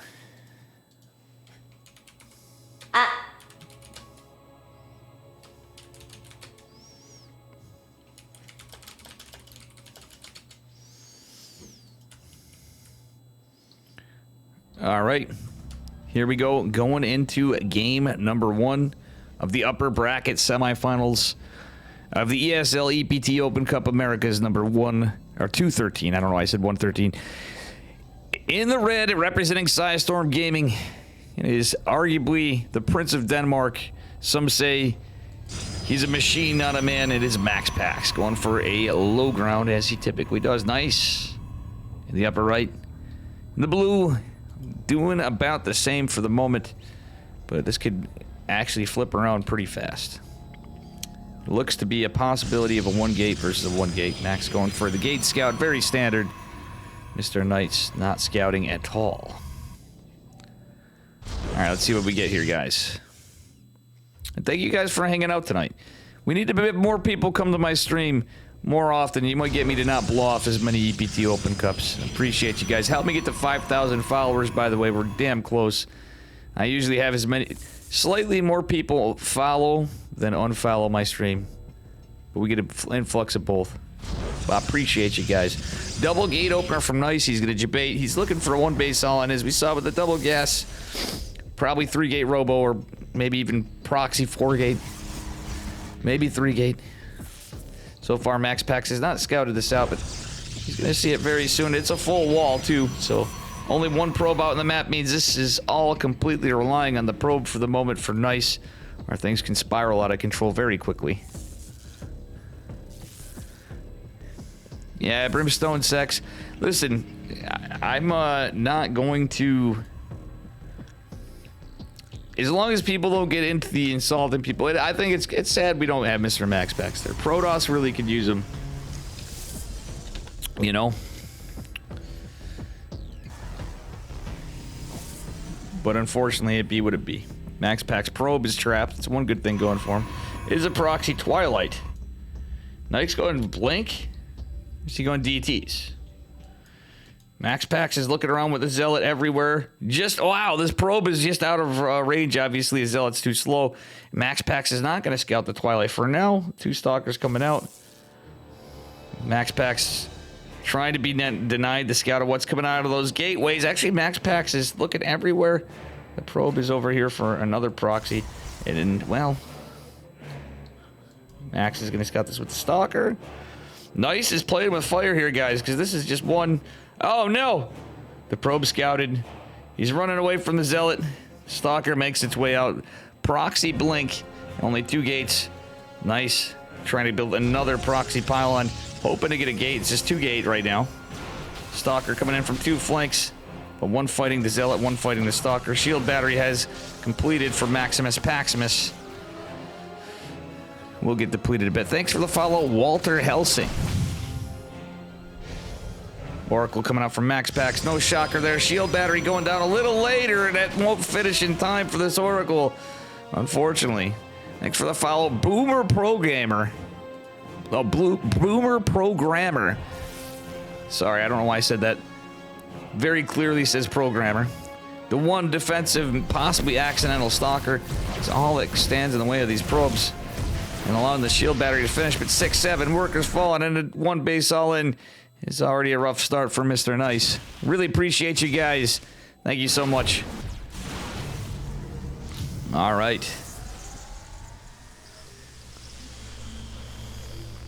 KSU. Guys, all I can say is KSU. All right, there's no gas saturation right now for Nice as well. He needs to get those minerals, but he's going to need some gas to build more Stalkers. He's all on Blink. There's 1 Void Ray out. Not a lot of units. That 1 Oracle got so much work. And sadly, the Stasis War, I think, might just be GG. Max Pax going to take game number 1 pretty handedly. Pretty heckin' handily.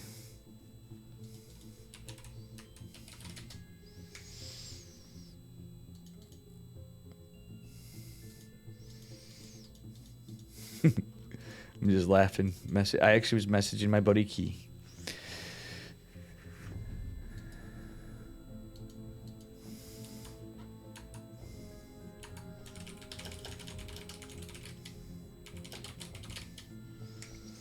All right.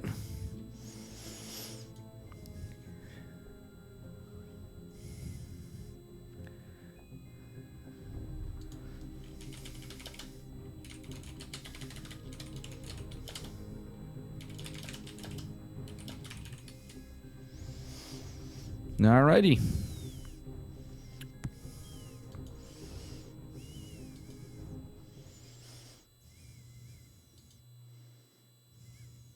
Because you're cheating? Nah, I highly doubt that's the case, sir. I think that's a pretty...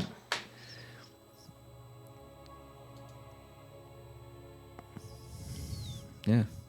Some people just don't want to be like crowds, too. I'll be honest, like, I get nervous in crowds and stuff myself. I don't mind going with a bunch of people if you're out at the bar or something like that, but big events and stuff, imagine, it's also the pressure of playing in front of people. Spawning in the bottom right-hand corner of Oceanborn, up a point. In the red, representing Psystorm Gaming, it is MaxPax. Going for the 1 gate. His opponent in the upper left, going for the high ground this time. In the blue, it is Nice. In hopes of getting a game 3.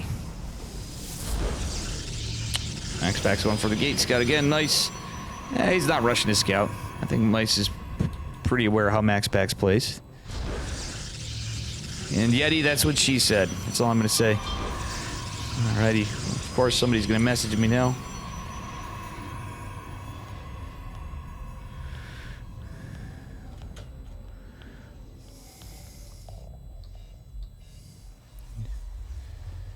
Yep. Alrighty. Well, guess what, guys? Honestly, this still walls. It's a little jank with the core. Nice could still technically wall it, but it's a little different than normal. Cyber core facing the front. If this was an all-in situation, guys, you know what? That exposes your cyber core quite a bit. And you know how it'd be from there. Nice, going for a proxy pylon again. He's just going to flop it right out there. MaxPax poking around. Nice wanting to get that probe. He is going to scout. There's no pylon. I'm pretty sure you already got that read. Well, he needs confirmation. Cybernetics core not completed yet for Nice. He's going for a gate. Is he going to go 3-gate Robo or is he going to go 4-gate? That's the question. MaxPax is looking here. He's going to confirm there's no pylon after. He's going, well, I'm used to this. MaxPax is probably more one gate expand experience than probably any Protoss, I would say, in PvP. I would argue that is 100% the case. Nice, still keeping the probe here. No other tech just yet. Robo going down for MaxPax. I think he's got a good read. And he is going to scout this with the Adept. The probe is going to go down. No, it's not, but yeah, it is. Nice. Oh, no. Nice has got to run away with the probe. I don't like 3-gate. You need 3-gate in tech. 3-gate Stargate. 3-gate anything. Stalker's going to make its way forward. Another Stalker on this side, but the probe goes down. No other probe is pulled. I'm not going to lie, guys. I'm not a big fan of 3-gate. Hey, how you doing, Chaticus? What's up, my dude? Mr. Chat in the house. Alright, these Stalkers are already taking a beating on Nice's side. They've lost some shields. MaxPax considered the safety of his shield for now. Pretty soon we're going to see more production as the 3rd gate pumps went up. Warp gate finishing up behind it all. It should be timed out pretty perfectly for Nice, more or less. That being said, it's going to sound weird. I wouldn't hate another probe going down before, maybe even pylon over here trying to get another gate. If you're going to go 4-gate, you need something. But once these Immortals come out, once the other tech comes out, it gets more and more difficult to shut this down. I've seen 3-gate beat MaxPax, but the man has practice against every one base build you can think of, pretty much.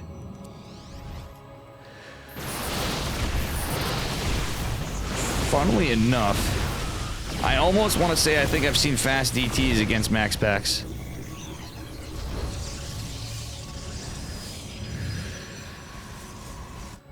All right, guys. Let's see what happens here. Warp Prism on the way for Maximus Paximus. Who is pretty close in army supply and 2 Big Daddy Immortals. Gonna be quite the nuisance. Like, if there was a Twilight behind this, I would even like that better. There's nada. There's Jack Diddley Squat.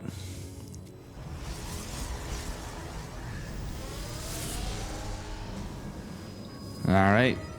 1 Zealot in the mix. He's gonna need more than a Zealot. He's gonna need some fighting. Some luck. Nice catch on the Immortal for a second, but the batteries are gonna save it. Better catch on the Warp Prism. Oh my god, he almost catches the Warp Prism even with battery overcharge.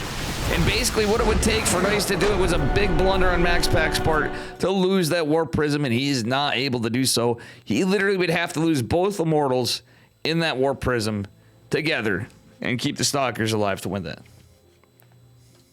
GG. Well, that was quick. Did we get any foreplay, guys?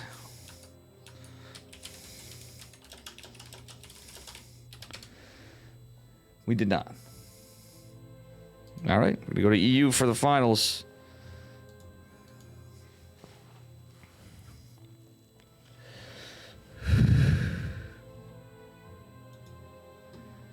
Steadfast fully gave up on this. He finally changed his stream to Stormgate. He goes, no, he's having fun. Good on him. He needs a break sometimes. He's like I said, he's doing IEMB stream, I think.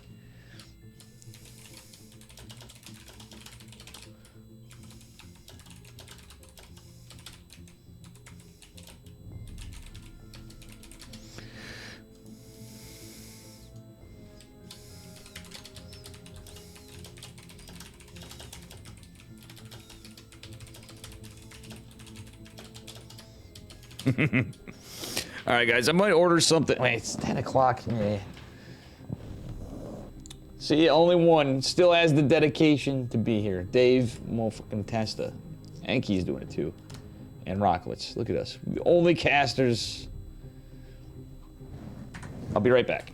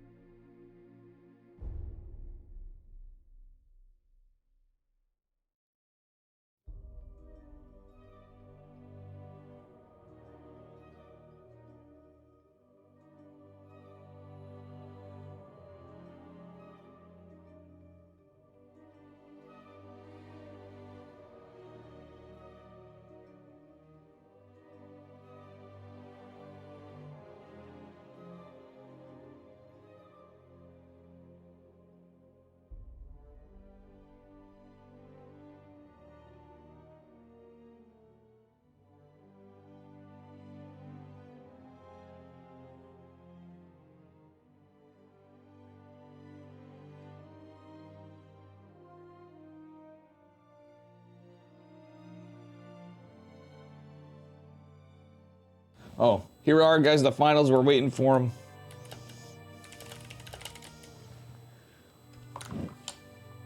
Bear with me. Time to liquor stores close there now. Honestly, I forgot. I think it's 10 or 11. I'm trying to find Vanya, Wayne, Rattata, Bruce Wayne, Batman. I am Batman. I just messaged him. Okay, he's here. We're getting our vetoes in, and this is the grand finals. Hope you guys are enjoying it tonight. Thank you for hanging out.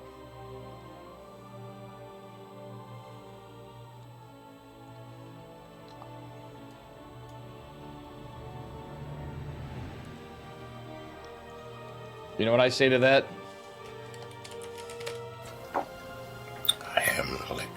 I don't have the graphics come up on this, but I should.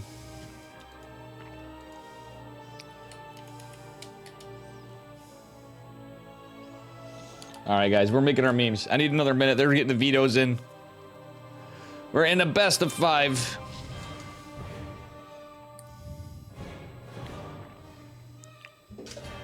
How you doing, Apple Juice? What's up? Good games earlier.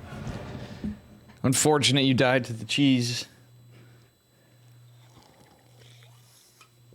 My man, why did you not scout Apple Juice? You didn't scout against Han Mono. Poppy, what are you doing? Guys, even the ducklings aren't on. My man Light is always grinding it, so this is interesting. It's very rare that I'm the only caster.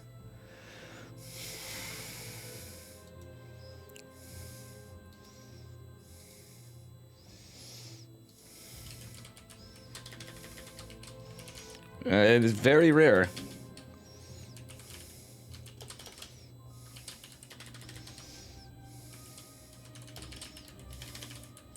Will Maximus Paximus take it?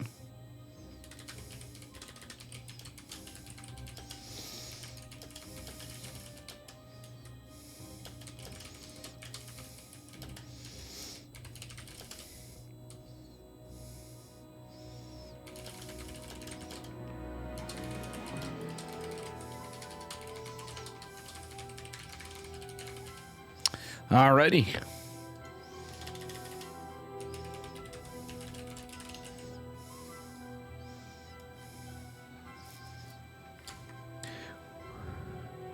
Went off for a co-op game and Max Pack's already done with nice. True. Stretch32 says, good job, Dave. I'm going to give you a stretch, which I don't even have because your name. Bad job, Dave. Bad job, Dave. Bad job, Dave. Bad job, Dave. It's a lot of bad job, Daves.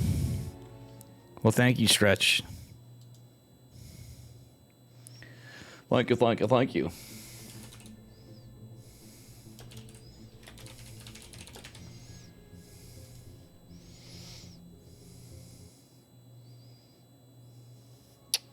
All right, guys, we're getting into it here. Just a moment. Yeah, it was pretty quick. Fury was nice versus Foxer Hood series, a good series. It was a little. It was build order counters, unfortunately. Apple Juice and Bauman Marketing. All right, this is a best of 5. Sorry about that. Spawning the upper left hand corner rather of Golden Aura in the red from Starlight Twinkle. It is Batman. I mean Wayne. His opponent in the bottom right. In the blue. Representing Psystorm Gaming. It is Max Pax. You didn't scout because he's better than me? What are you talking about, man? I'm not insulting you. I just find you to be a very good player. And I know you know how to read you know how to read the game pretty well. So don't take it as an insult, amigo. I just think if you scouted, you would have knew what was up in at least one of those games. That's, you know, I kind of get where you're coming from, but like there's 100% chance. Apparently I am the last. No, you guys got I am Katowice coming up. But you guys are stuck with me. Yep, that's probably the case for Artosis right now. Not gonna lie, I'm sure that is the case. Everybody's gearing up for IEM. And I mean, honestly, I gotta remember to do my garbage too after. I'm gonna be still streaming, guys, so don't go anywhere after. For a little bit, I'm gonna get some games in. Well, I don't know if I'm gonna play Stormgate tonight. We'll see. Kind of a weird day. We'll see. Maybe I'll play some Stormgate. Because I've played none. I played a little bit of ladder, but I got all week. Probably sneak a few games in here or there.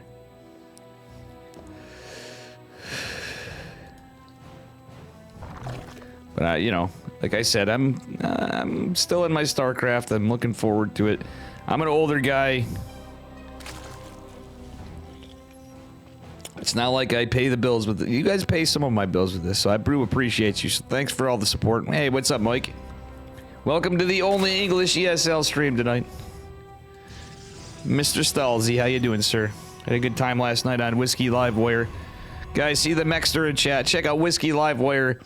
It's his YouTube show. He has a Twitch channel new, but he definitely focuses on the YouTube at this point mostly. It's pretty fun. Anybody can join it. He does it every Sunday mostly. Alrighty. Here we are. Standard opener Stargate from Max Packs. Metabolic boost from Mr. Wayne. Did have to take that triangle base. Didn't mention that. Does Max Packs find some good value with an adept? The answer is get some Zergling, maybe 2. 1 and done. He's out. Yeah, it would be a Queen Sweep double. Yeah, that's crazy, Bauman. Max Packs won earlier in EU too. No Clement. His arch nemesis, and I bet you those guys gotta be really good buds at this point on the side. I can see them having a bit of camaraderie from how much those two have made finals together. It's just like, it's a meme at this point. It's every week we got Max Packs and Clement EUs. How you doing, Leroy? Thank you. Guys, I had a lot of kind words today. If you want to do anything nice for Mr. Dave, do me a favor. You ready for this? Smash that follow button. We're trying to get to 5,000 followers this month, and I'm way closer than I ever imagined. It's one step. Who knows how things will go. So apparently I'm too much of a boomer for a lot of stuff, but we do other stuff here too, but I'm most ladder grinder, guitar player. People that mentioned before, I'm also a guitar player, not a very good one. I used to be a little better, but I think with some practice we'll get it back a bit. I was a fat kid. Thank you for the 500 biddies. What a legend. Giddy up. Thank you, sir. I really appreciate you, man. And guys, the contributions, anything you guys give me goes to StarCraft, but some of it's going to go to getting Dave to Home Story Cup and paying for some of the stuff there. That's going to be one of my conditions for going. I have the flight paid for if I make it. I got to get my passport. I've never been overseas. But that's where you'd see some live casting of Dave 100% if I made it there. And be a nice little vacation. And you guys would still have me technically on StarCraft and Home Story Cup. Alrighty. Well then.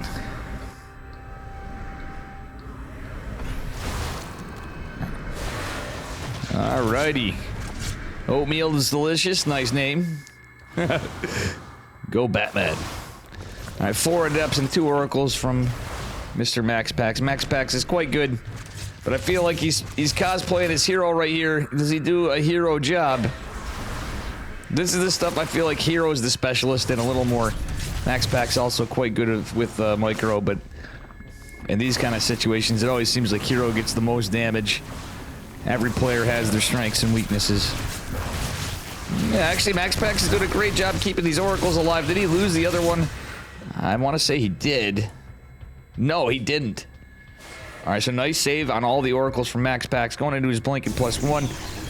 Third base is well oversaturated. He can take a 4th pretty soon if he keeps the pressure up. Alright, Wayne going into +1 melee. Thanks for the follow, Carl Hungus. Carl Hungus. Can I get an ale here? An alcoholic? You guys with your Twitch names, maybe that's your name. I apologize if it actually is. But what a base name nonetheless. Thank you very much. Oracles in Adepts putting pressure on, trying to force a cancel on this hatchery.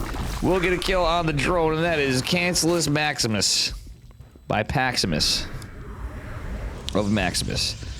Alright, these stalkers are all going to be seeing the Overlord, seeing all at the same time. He's been too busy having to defend on Wayne's side of the map, that is. This hatch is taking quite a beating as it was getting built, and we do have Roachy Boys, the Baneling. This is going to be Roach Ravagerling Bane, I'm sure of it. Pretty standard play from Mr. Wayne. Mr. Vane. Alright, nice blink forward. Thanks for the follow, Thumb Beast. You guys are legends. I was a fat kid, the extra 11 with the legend of the 500 bits. Sub to Dave, not a scam. Apparently not a scam, guys. Who else is covering this in English tonight? Nobody. That's right, nobody. Absolutely nobody tonight. Alright, nice catch on the creep tumors. Max Packs kind of treading. That actually went to his favor. Beautiful stasis ward. It's not like fantastic, but it saved his stalkers, so he technically trades perfectly right there. Congrats, Wayne, for the 100 is all I have to say. Noster Beefs. Thanks for the follow. Oatmeal is delicious, I think. Holy smokes. Nice stasis ward. Corrosive Biles creating some friendly fire on those roaches, though, for Wayne. Wayne getting a 6th round over here. And behind this, Max Packs really needs these stalkers to stay alive.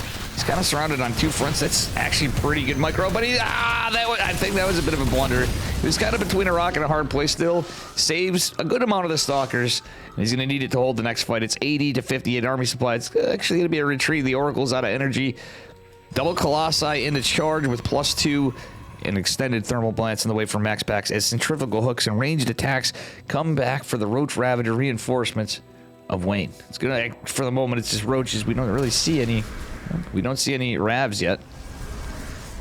And we're out of energy on the Oracles on the Protoss side. Wayne does have potential to get some damage done as centrifugal hooks is on the way. It's not quite done just yet. The Colossi are going to be pretty good against this with all these links. The fact that we have stalkers and eventually some stasis wards and pulsar beam availability. The banelings are already pre-made. This base looks like it's in a lot of trouble. We have no sentries. That's going to be a bit of an issue for Mr. Max Packs. Oh my god. And these Colossi are trying desperately to dance back against all the banelings, and a lot of stalkers fall. Max Packs trying to fight with everything he's got. The pulsar beams have been given some new life with some energy. But ultimately, damn, what a hold for a minute, but he's got to survive round 2 with little army supply. How many gates does he have? 2 more coming up. He has 8. He's going into 10. 11. Shield battery's out of energy. I think battery overcharge definitely had to have been used. There's no way you hold that without it. Max may lose this base. Or a lot of probes. Oh, the Ling's coming in. Max bought himself time. So the workers were alive for a second. I don't think that's going to matter as much. Saving the base is about the best hope he has. A little misclick. Yeah, if those Oracles had energy, Max Packs easily held that, but he's going to lose 24 workers and a base. I don't think he should GG out, personally, because Wayne is on a... Oh, look at this. Max Packs going in with a charge lot run by, or attempting to, but there's too much army. Thanks for the follow. Meowmix 88888. I do have cats, too. Anyway, here we are. 5th base, 6th base going down for Wayne. Max Packs forced to rebuild his 4th, going into double forge upgrades behind it all. I kind of like that. But the tech for Wayne is not that great. Truthfully, from his advantage, he doesn't really have a tech advantage, and Max Packs is going to have an upgrade advantage with tier 3, with a Warp Prism, with Zealots to get some work done behind things. He can start to get annoying as his units get more powerful. I wouldn't hate some Disruptors coming out. Couple cheeky Disruptors for Maximus Paximus. Just think of this army comp. Wayne is going to like to reinforce with the Ling Bane, maybe try to smash and do some damage, but it's going to be a lot of component of Roach and maybe Roach Ravager. Nonetheless, Warp Prism is going to be denied for a second. Zelly Boys maybe... Oh, gets a Queen. Nice trade for Max Packs, but he's got to be really careful here. Ling Bane Roach coming in to the 3rd base. We got Archons now, though. Archons are a big help to this. Stasis wards could be targeted by the Roaches. Well, actually, he uses a couple of things over there. I don't hate that from Wayne.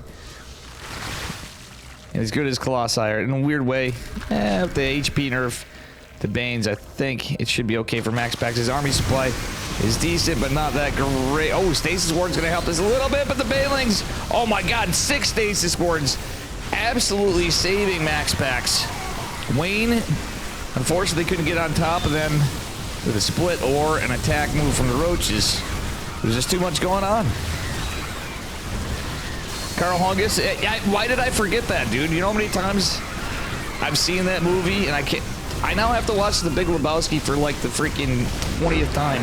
GD is called. Max Packs gonna hold and take his victory for game number 1. The Prince of Denmark. My man, Mr. Max. Yeah, it was getting back and forth there a little bit. But very well done by Max Packs. Again, Wayne still has a shot, I think. Wayne is not complete. I would not totally dismiss Wayne on this. It's not like it's a 100% shot for anybody, especially, you know, Max Packs obviously favored, but still.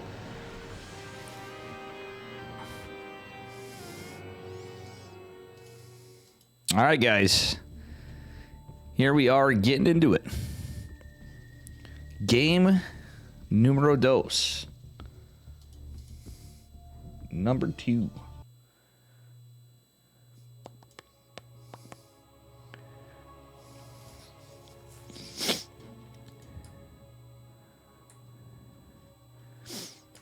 All right. And here we are. Down a point, but not out of it. In the bottom left-hand corner of Solaris is our blue Zerg player. Give it up for Bruce Wayne. Our Zerg. His opponent in the upper right, in the red, representing Psystorm Gaming. Give it up for Hell 3000. No, I'm just kidding. It is Max Packs. Opening a pretty standard, going for the Hatcherino, Blockerino. Let's see if Wayne does anything spicy this game. He's not going to. He's going for a 14 hatch. Max Pack still would be in early enough to get it. No, am I way wrong? Yeah, he could have went for a 14 hatch. It was obviously not a 50. Whoa! Whoa! He's going for a proxy hatch. Max Pack is going to scout up here. He sends another drone down. Oh, it's a drone scout again. So I missed that in the previous game. He did go for a drone scout, which is kind of interesting at this level to see. It's not a proxy hatch. It's a drone scout. I wonder if that's psychologically going to do anything to Max Packs. I don't think so, but we'll see now. Max Packs played very clean in the last game. And, oh, he's going for the hatch block. That's a Hatcherino Blockerino. Will certainly get under Max Pack's skin. Max Pack's forced to pull a bunch of boys. He's pulling a lot. He wants to shut that down. That is 8 probes. Not 7 probes. Actually, 7 probes is pretty common against this. But regardless, see what happens here. How you doing, Zamax?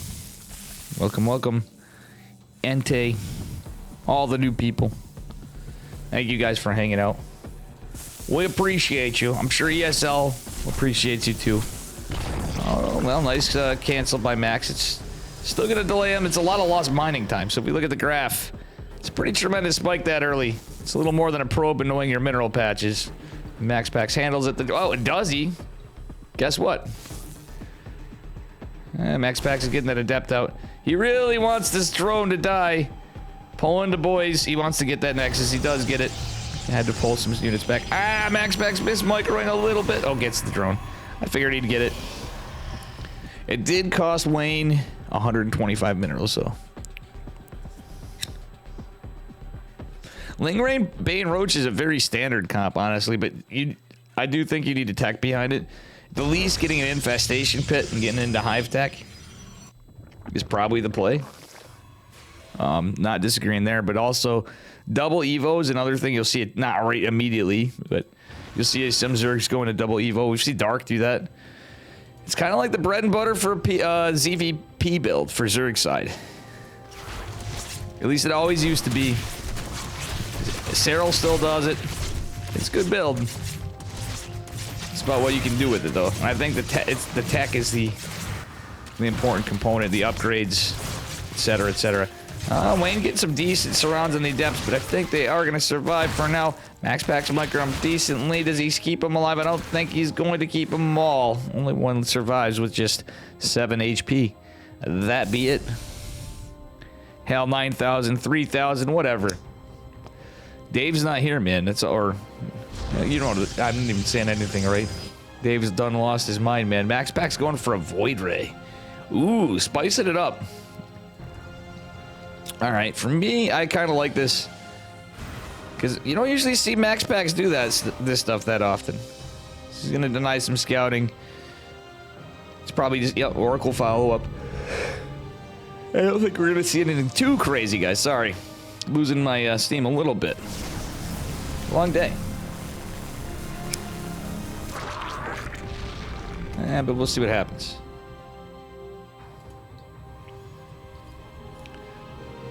Alright, Void Ray coming on, putting some pressure. Max Pax really wants to secure third base, but I like the fact that he went for Twilight. He's going for a different build. This is very aggressive from Max Pax. Max Pax actually swinging it up a little bit.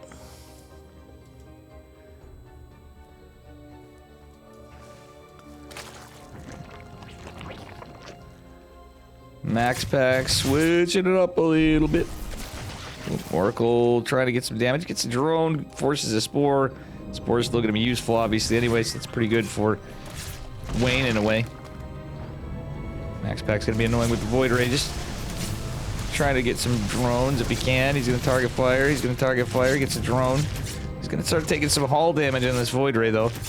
Oracle, I think he's going to need these a little more. It's quite a late third base. Not the end of the world. Not ideal.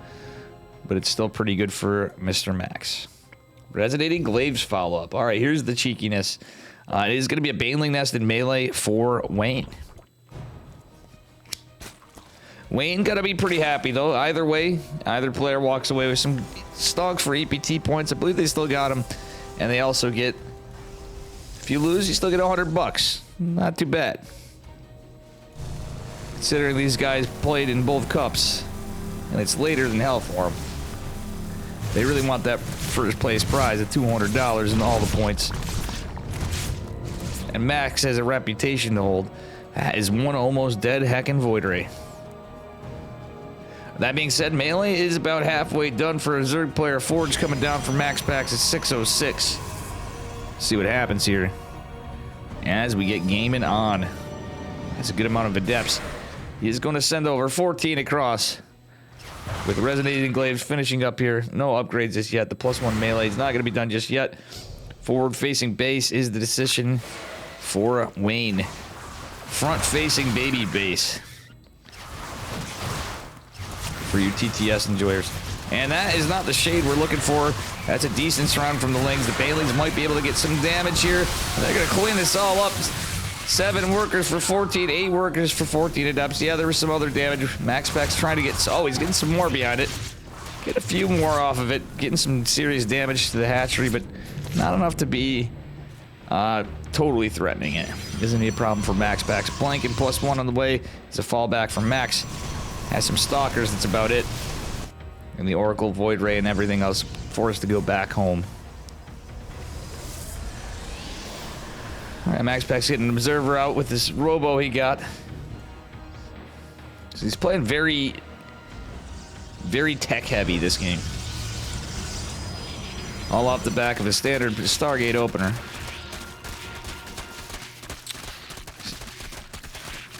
Still, he was hatch block, guys. I mean, you can't really fault the guy. It is going to set you back a bit in some ways. It's going to make the game a little stranger. Still, the trade's not fantastic. Hey, Hackjoel, thanks for the 3 months. My man. Do appreciate you. Welcome, amigo. Thanks again for 3 months in Kirktown. Yeah, Wayne beat Nightmare. I mean, Nightmare's been cracked, but today, I don't feel like Nightmare was playing his A-game from what I didn't get to cover a lot of him.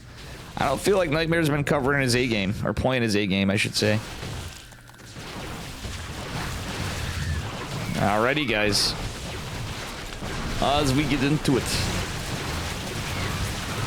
Stasis board lands, and what a stasis board! He gets a couple Banelings, most of the Lings, and 2 Hydras. Imagine if you get a Queen in there too, but you can't ask for a better stasis ward. God tier stasis ward from Max Pax, and truthfully, that was unfortunately preventable for Wayne. Not saying it's easy to do that stuff in those kind of fights, but he could have target fired. He could have target fired the stasis ward. We got a little bit of lag here. I don't know what that's about, but we are playing on EU. Man, that was pretty good for Max Pax. Kills the 4th hatch. Gets some significant damage. That stasis ward held him together, but still, Wayne's got some good shit. He took out the cyber core. That I missed that earlier too. Oh man, what a game. Yeah, he held, but it's still a little topsy-turvy. MaxPack's trying to save the Adepts a little late with the Warp Prism. He got a little haphazard, I feel. But still, he's going for a 4th, which I don't hate at all. Wayne just now getting this hatch rebuilt. And Protoss is posturing for a 4th base. You're that far behind. It's kind of rough. So MaxPax is playing. He's saying to himself, when I'm ahead, I'm going to get a little more ahead here. Observer helping to clear up some of the creep, but we do have muscular augments in the way. Wayne again, not really teching here. He's still on layer attack. I mean, that's a lot of pressure on him. And the scarier thing is the fact that MaxPax, oh my god, states and banelings. Disregard Void Ray gonna get one last Heroic, maybe killing a Hydra with the shield battery. Gets a Hydra, maybe, nah, he's not gonna be able to get 2. Stalker's not trading out very efficiently. 2 drones just fell from a couple of Adepts warping in. At the end of the day, that's be it. Let's see if the Warp Prism still lives. It does not. It's 23 Stalkers, an Observer, and 62 probes for Maximus Paximus, the army supply in favor of Wayne. And it's still staying on the same tech. But a Colossi coming out. Charge lots have completed. This could be helpful for Mr. MaxPax. Wouldn't hate some Archons coming out of this at some point when he can. For the moment, everything's kind of chilling out. It's pretty close in workers, guys. Wayne is very, very committed. Smart move by MaxPax to cancel the Nexus, though at the last second, it's kind of rough to have that happen. In my eyes, it's way better than trying to keep it. It'd be a dying cause. Try to keep that base alive. Not going to be the case. Wayne really putting some pressure in. Nice concave, but battery overcharge was activated, and it is going to save a lot. Several probes falling is a little bit rough here. Banelings making their way in to the 4th base, getting some damage done, but the Colossi has came out. Can it be enough to hold? 17 workers falling for MaxPax, puts him in a deficit. But Wayne has been very committed, and he's still pumping those units. The link surrounding the Colossus is not what it needs. MaxPax really needs this Colossus to help. Another end production is going to be kind of nice, but it's going to take a while. I said Wayne's going to back off for a moment. He's still building that army. He's getting it up. He's climbing, but he doesn't have exactly the most drones himself. Still, MaxPack's going to be able to fix this with the oversaturation. So he's going to be mining a little more optimally, at least for the moment. Building some probes. He has to. But Wayne is not going to waste time, and he's going to go for a big Ling run by. And I think he's going to be able to do it. If MaxPax isn't paying attention, he can get his Zealot in. It's 2 Colossi, shield battery, and if the Sentry. MaxPax sees it. Oh, but all the Stalkers here are going to be surrounded. MaxPax needed that high ground, has it. 1 force field's not going to be enough. Guys, it's looking kind of grim for the Prince of Denmark here still. We're now seeing another hatchery go down. No more droney boys. 1 Colossi falls, the other desperately stutter stepping back, trying to get to the cliff. And I think it's just going to be it. Pretty soon. I don't see how MaxPax holds this. He loses his 3rd. Wayne's just got too much. GG is called. We're going to go on to a game 3 with a point on the board from Mr. Wayne. Very good stuff. Very good stuff.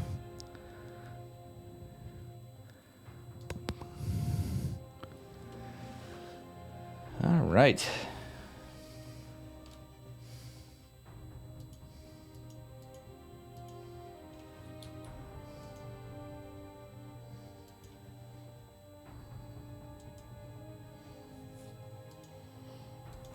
Give me just a moment.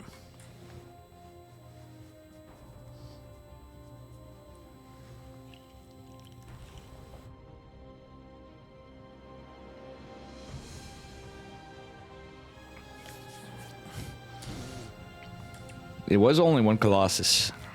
Second one was on the way. It made its way in, but it was too late. The damage had been dealt.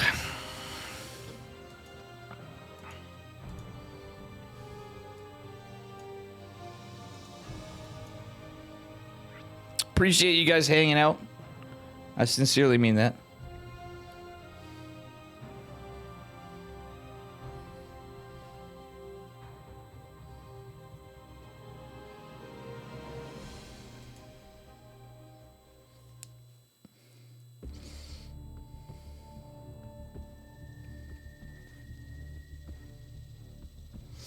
Alrighty.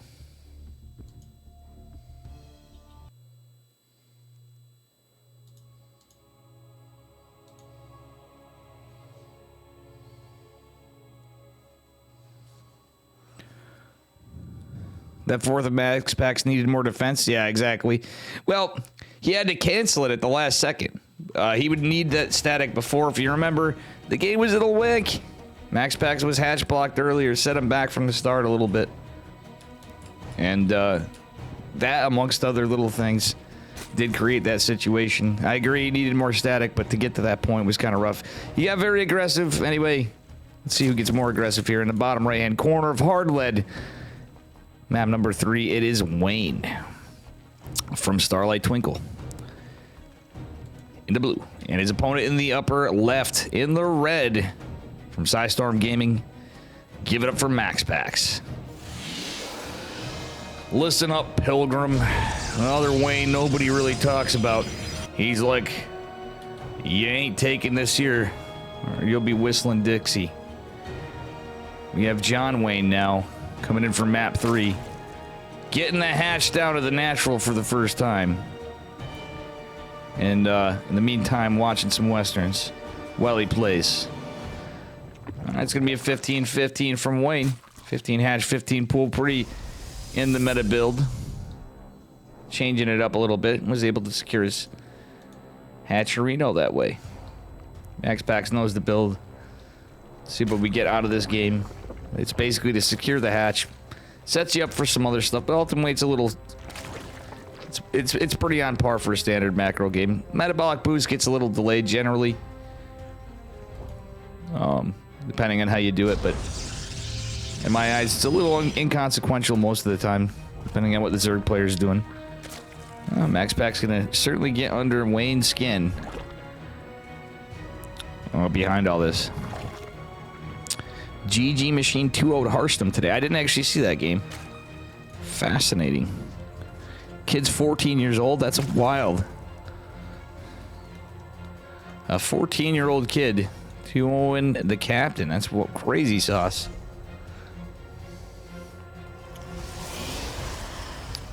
All right. Well, got Mr. Adept coming out. Mr. Adept. It's Ms. Adept. Not to be confused with Mrs. Potato Head. As we get into it, standard Stargate opener. Going to do a Warp Gate a little quicker this time for Max Packs than we'd seen previously. Alrighty. Alright, Metabolic on the way. We have a full drone pull off the extractor. Let's see what happens here. Adept gonna shade across. Canceling it out, we'll see what happens. Stalker's gonna help to hide the build a little bit. So this is feeling a little bit more hero-esque. The Stalker's kind of a play to deny the scouting.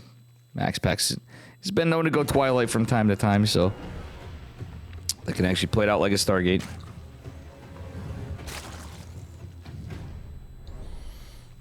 Alrighty. Nice catch on the... oh, beautiful catches on all 3 creep tumors by Max Packs. That early on is huge. That creep ain't going down for a minute. It's going to have to... it's definitely going to mess with the inject cycle at the very least that early on from Wayne. So it's certainly worth its usage right there. Max Packs is getting a nice early third, as you do with most Stargate openers. That being said, Oracle going to go try to get some damage after that, but looks like Wayne is in preparation for this. Has the 2 queens out. And is going to be able to defend it. Oh, Oracle. Is it going to get any damage? Catches the drone. It gets the hell out of there. Nice job by Max Packs. Just getting the, you know, basically a little bit of the paint scratched off the Oracle, so he did a good job. Another Oracle flying into the 3rd base. It's undefended, but there's not a lot of drones. Forces a spore, and that's about it. More defense over here on this side. The queens are going to be able to catch this. Max Packs does get 1 droney boy. Does get 2 drone. Oh no, nice defense by Wayne though. Saves that other drone. Max Packs getting a little eager here. There's a spore. There's queens everywhere. He's going to take a lot of hull damage. Oh, just gets out of range in time. Definitely a bit fortunate. Nice micro but a little bit of luck is behind that. A little bit of RNG, and that'd be that. Alrighty, couple oracles following. Thanks for the follow, Zergod69. Nice. 69. Fourth hatch on its way, and we'll see what happens here.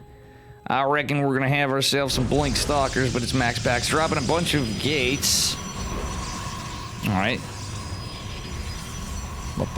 Boom. It's all still pretty standard. 4 Adepts is going to be kind of leading him with the... he's not hitting the drones. Wait, max packs. I get cleaning up the Lings, but the Queens can come back in. He actually had a good chance. It's a lot of lost mining time, but he had a good chance to clean house on that mineral line. Holy heckin' heck. Bam, bam. 5 drones going down in total. Max packs out of Pulsar, Beam Energy. I wouldn't hate another Oracle. He's got 3. He's got everything going, but he's got to defend. I think 4 Oracle is a good build. Alrighty. More Stalkers coming out. Got +1 on the way. Wee-wee. It's a lot of links, some Bane links here. Obviously, there is no Hive Tech centrifugal hooks here, but the Banes can get some serious damage. Shield Battery Overcharge is going to come into play very big here. But the 3 Banelings getting some serious damage, killing 8 probes. Nonetheless, max packs, not a horrible spot. Losing 8 probes is not ideal. Wayne kind of had his hatch delayed. Max packs did a good job of keeping the drone count down, but this army's going to be pretty big. And the +1 melee had finished, so a surround on the Stalkers is kind of rough when you don't have Blink. Probes are forced to be pulled to disengage the attack of the Zerglings. Without Blink, those Lings are getting a lot of work done. More Lings coming for reinforcements. Blink's going to finish in 10 seconds, forcing a cancel on the 4th base for max packs. And Wayne is actually getting the work in. Getting that layer down and down in Roach Warren. Down behind it as well. No static defense. Max packs is going to be forced to wall this off completely. No energy on the Oracles. This, guys, as weird as this sounds, it's a tough read, but this is exactly 100% why I'd mentioned it'd be nice to see a 4th Oracle out. I know some of you guys disagreed with me, but that is exactly why I mentioned it. You would have had something to help defend, maybe a stasis ward, just some extra pulsar beam energy. You needed to buy every inch in that counterattack. Still, nice micro here with the Oracles. Gets a couple drones, but nothing too consequential. Worker counts even, but we got a 5th hatch finishing up for Wayne behind it as it gets into Infestation Pit. Tech getting another Evo. This is kind of what I was talking about, guys. The Roach Ravager Ling Bane. So usually a heavy commitment in Lings at first. I like this style myself for the Zerg, I'm saying. It does hit pretty hard. And when you get the other Evo, we'll see Carapace more often than not these days, but he's going to have a little bit of a diversity here. Max Pack's only on the 1 forge for now. Upgrade advantage can come into play, but we'll see what happens. Nice snipe on the Creep Tumors from Max Packs. Ling run by, going to try to come in again, and there's not much to defend. A shield battery. Photon cannon coming down here into the 4th base. Max Packs is postured in the front. The Oracle's trying to get some work done again. Wayne now at 80 drones, but oh, Max Packs unable to get any more. He's got to try to keep pressure on it. He's doing so little bits at a time. Colossi coming out are kind of nice for him, but on the other side of it, the Hive, the Carapace, the melee +2. He's gonna be nice for Wayne.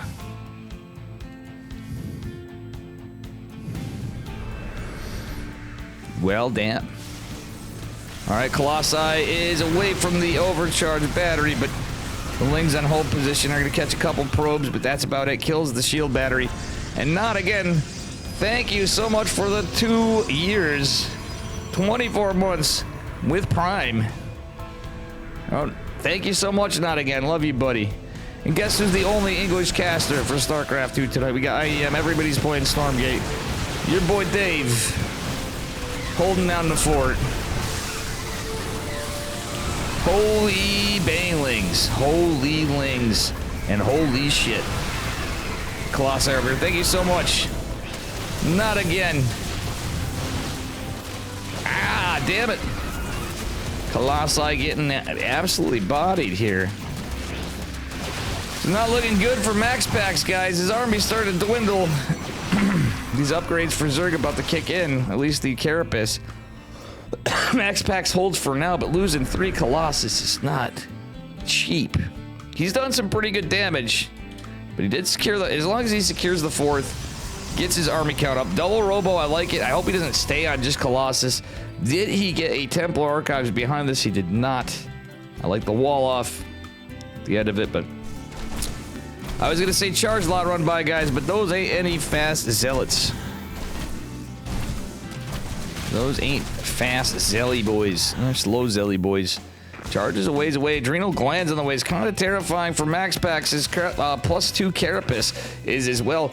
We do have an Ultra Cavern, which I'm sure we're going to see chitinous plating come down at some point with this. This is going to be terrifying. Max Packs just now getting his Templar Archives. He's accidentally built 2 Templar Archives, guys.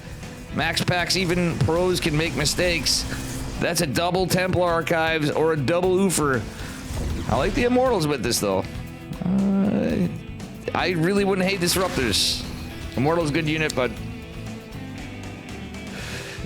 with this many roaches and everything to come, Colossus Immortal, okay. He does have a Templar Archives, but there's definitely a lot of gas wasted. Unfortunate mistake for Max Packs. It's getting late for the man. It's getting late for Wayne, too. Both these guys got to be really tired. They're putting out some really good games, though. Let's be honest here. Stasis Warden's catching some of the units. Nice feedback on the Viper. There's going to be some good control from the Prince of Denmark as he goes to posture to take a 5th base behind it all. Anyway, the fight is continuing on. Baneling's crashing at some points. Nice Stasis Ward on the left flank for Wayne, or for Max Packs. Catching Wayne. There we go. A little better now. Damn! Viper getting some work in. And I gotta hand it to Wayne. He's been playing this pretty well. He truthfully has been, not just this game, all around. Max Packs as well. We love to see the underdog doing pretty good. Good job, Dave. Thank you, guys. All the positive words.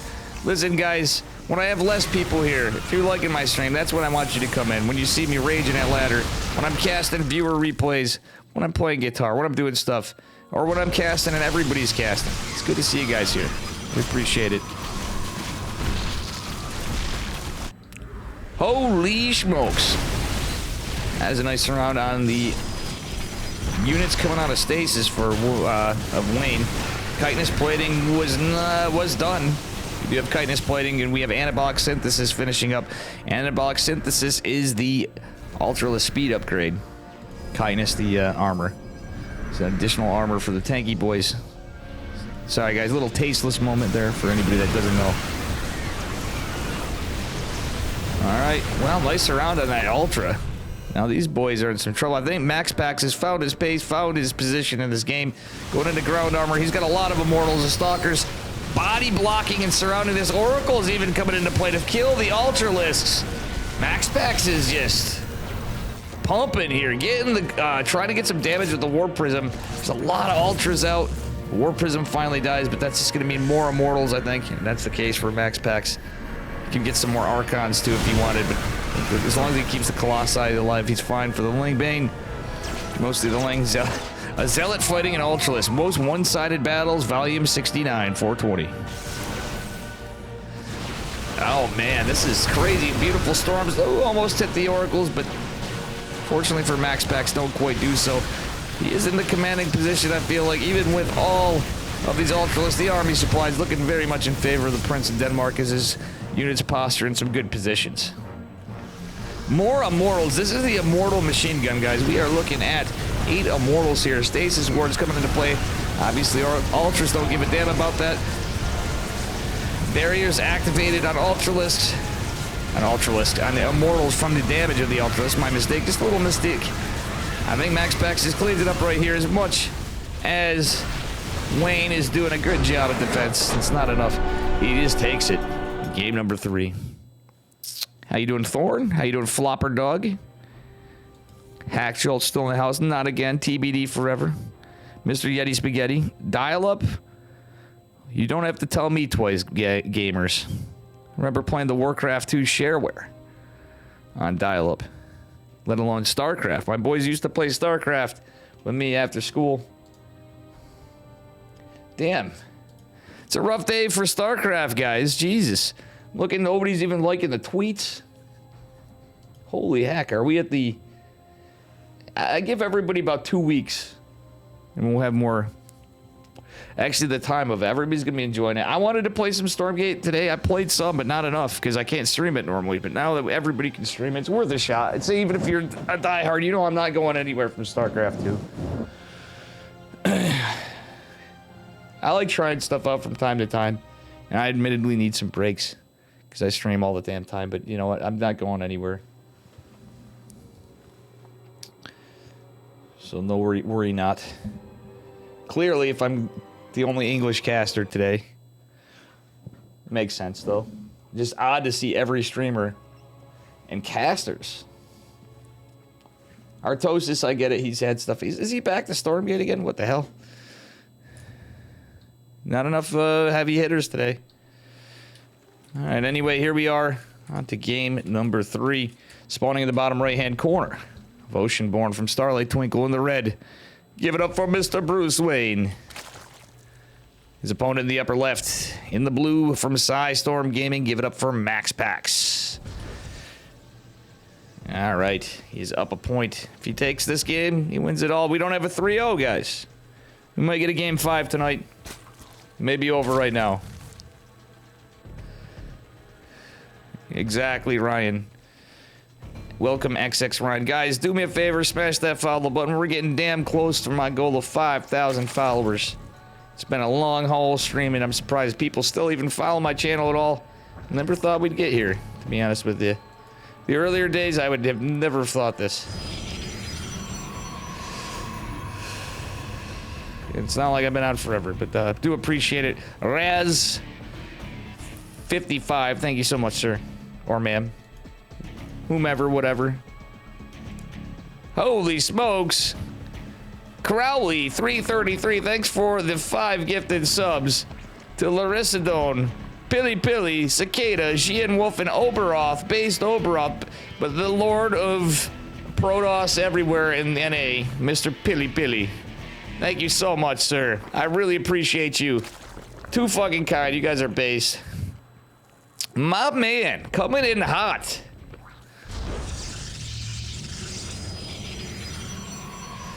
Thank you so much, dude. Man, people been hella good. I got some familiar friends in there.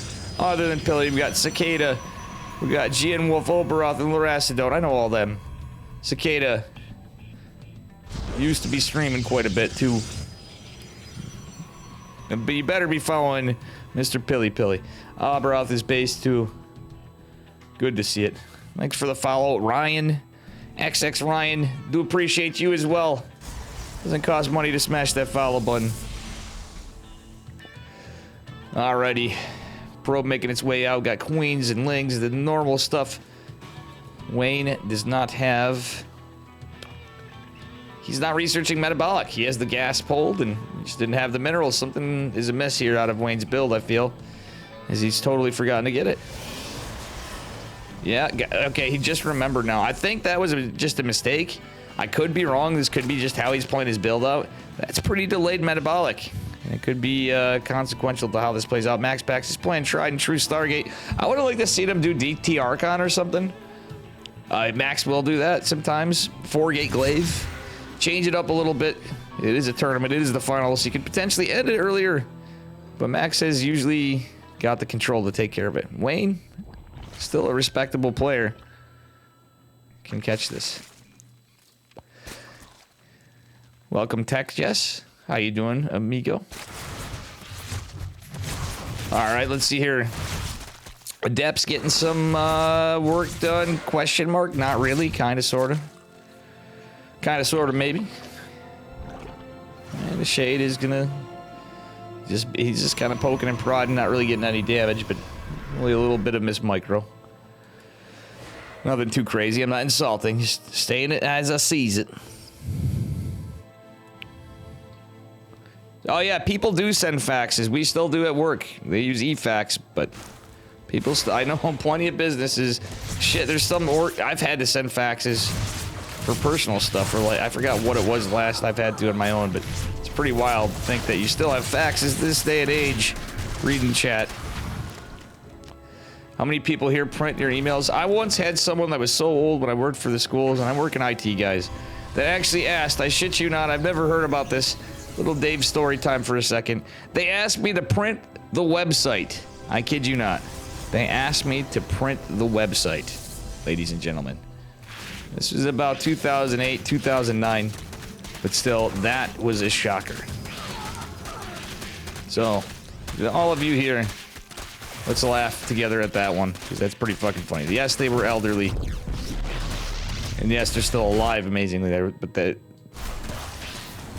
advanced age perplexes us all with that comment. Alright, anyway. More drones and lings coming behind us all.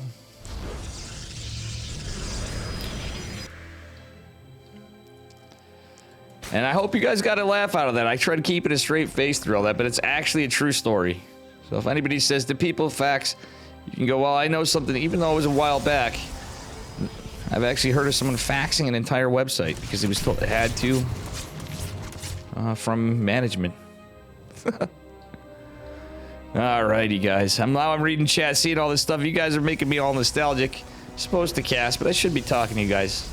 Doing neither good, so we're just here hanging out for some conclusion to this Monday StarCraft. Alright, we do have ranged attacks. Roach Warren this time, faster layer from Wayne, a smidge. I kind of don't hate this. Still, Max Pax was able to secure his third just fine. He's got a little delay on his blink, and +1 is why I'm liking the position of the Zerg player, Mr. Wayne. Max trying to get damage with these oracles. So far, let's take a look at the trades. Well, 10 drones and 11 lings is pretty good for Max Pax. Wayne's doing his best to drone up behind it. Did have a smidge of a delay on his hatch. Alright. Nice catching an Overlord from Max Pax as well. Just getting a few Stalkers together, getting in a Robo as well in a 4th base. A very early nice time. Alright, Hydra Den coming. This is cheeky from Wayne. Wayne is teching it up heavier. We did not see him play like this in previous games. So this could be an interesting one. We'll see what happens. I do like the double forge from Max Pack. So double forge became way more frequently since Hero started it. We didn't used to see it, but who knows? Who needs cassettes? Finesse like that. Eric can see chat's caught up to my fax, the website story. I'm glad to see you guys laughing as we get into it. Let's print the internet. Aye. For those of you that paid attention, because I know I wasn't speaking very energetic and funny. Gabagool, you know, the usual Dave. I'm glad you got a nice little chuckle there. Did they work for Congress? Work for schools, old people. For reasons I won't get into, I'm gonna just save them the embarrassment. It was an old administrator. But it's probably the fucking funniest thing I'd seen in a long time. Next to the gal that was about my age. Lovely gal, guidance counselor.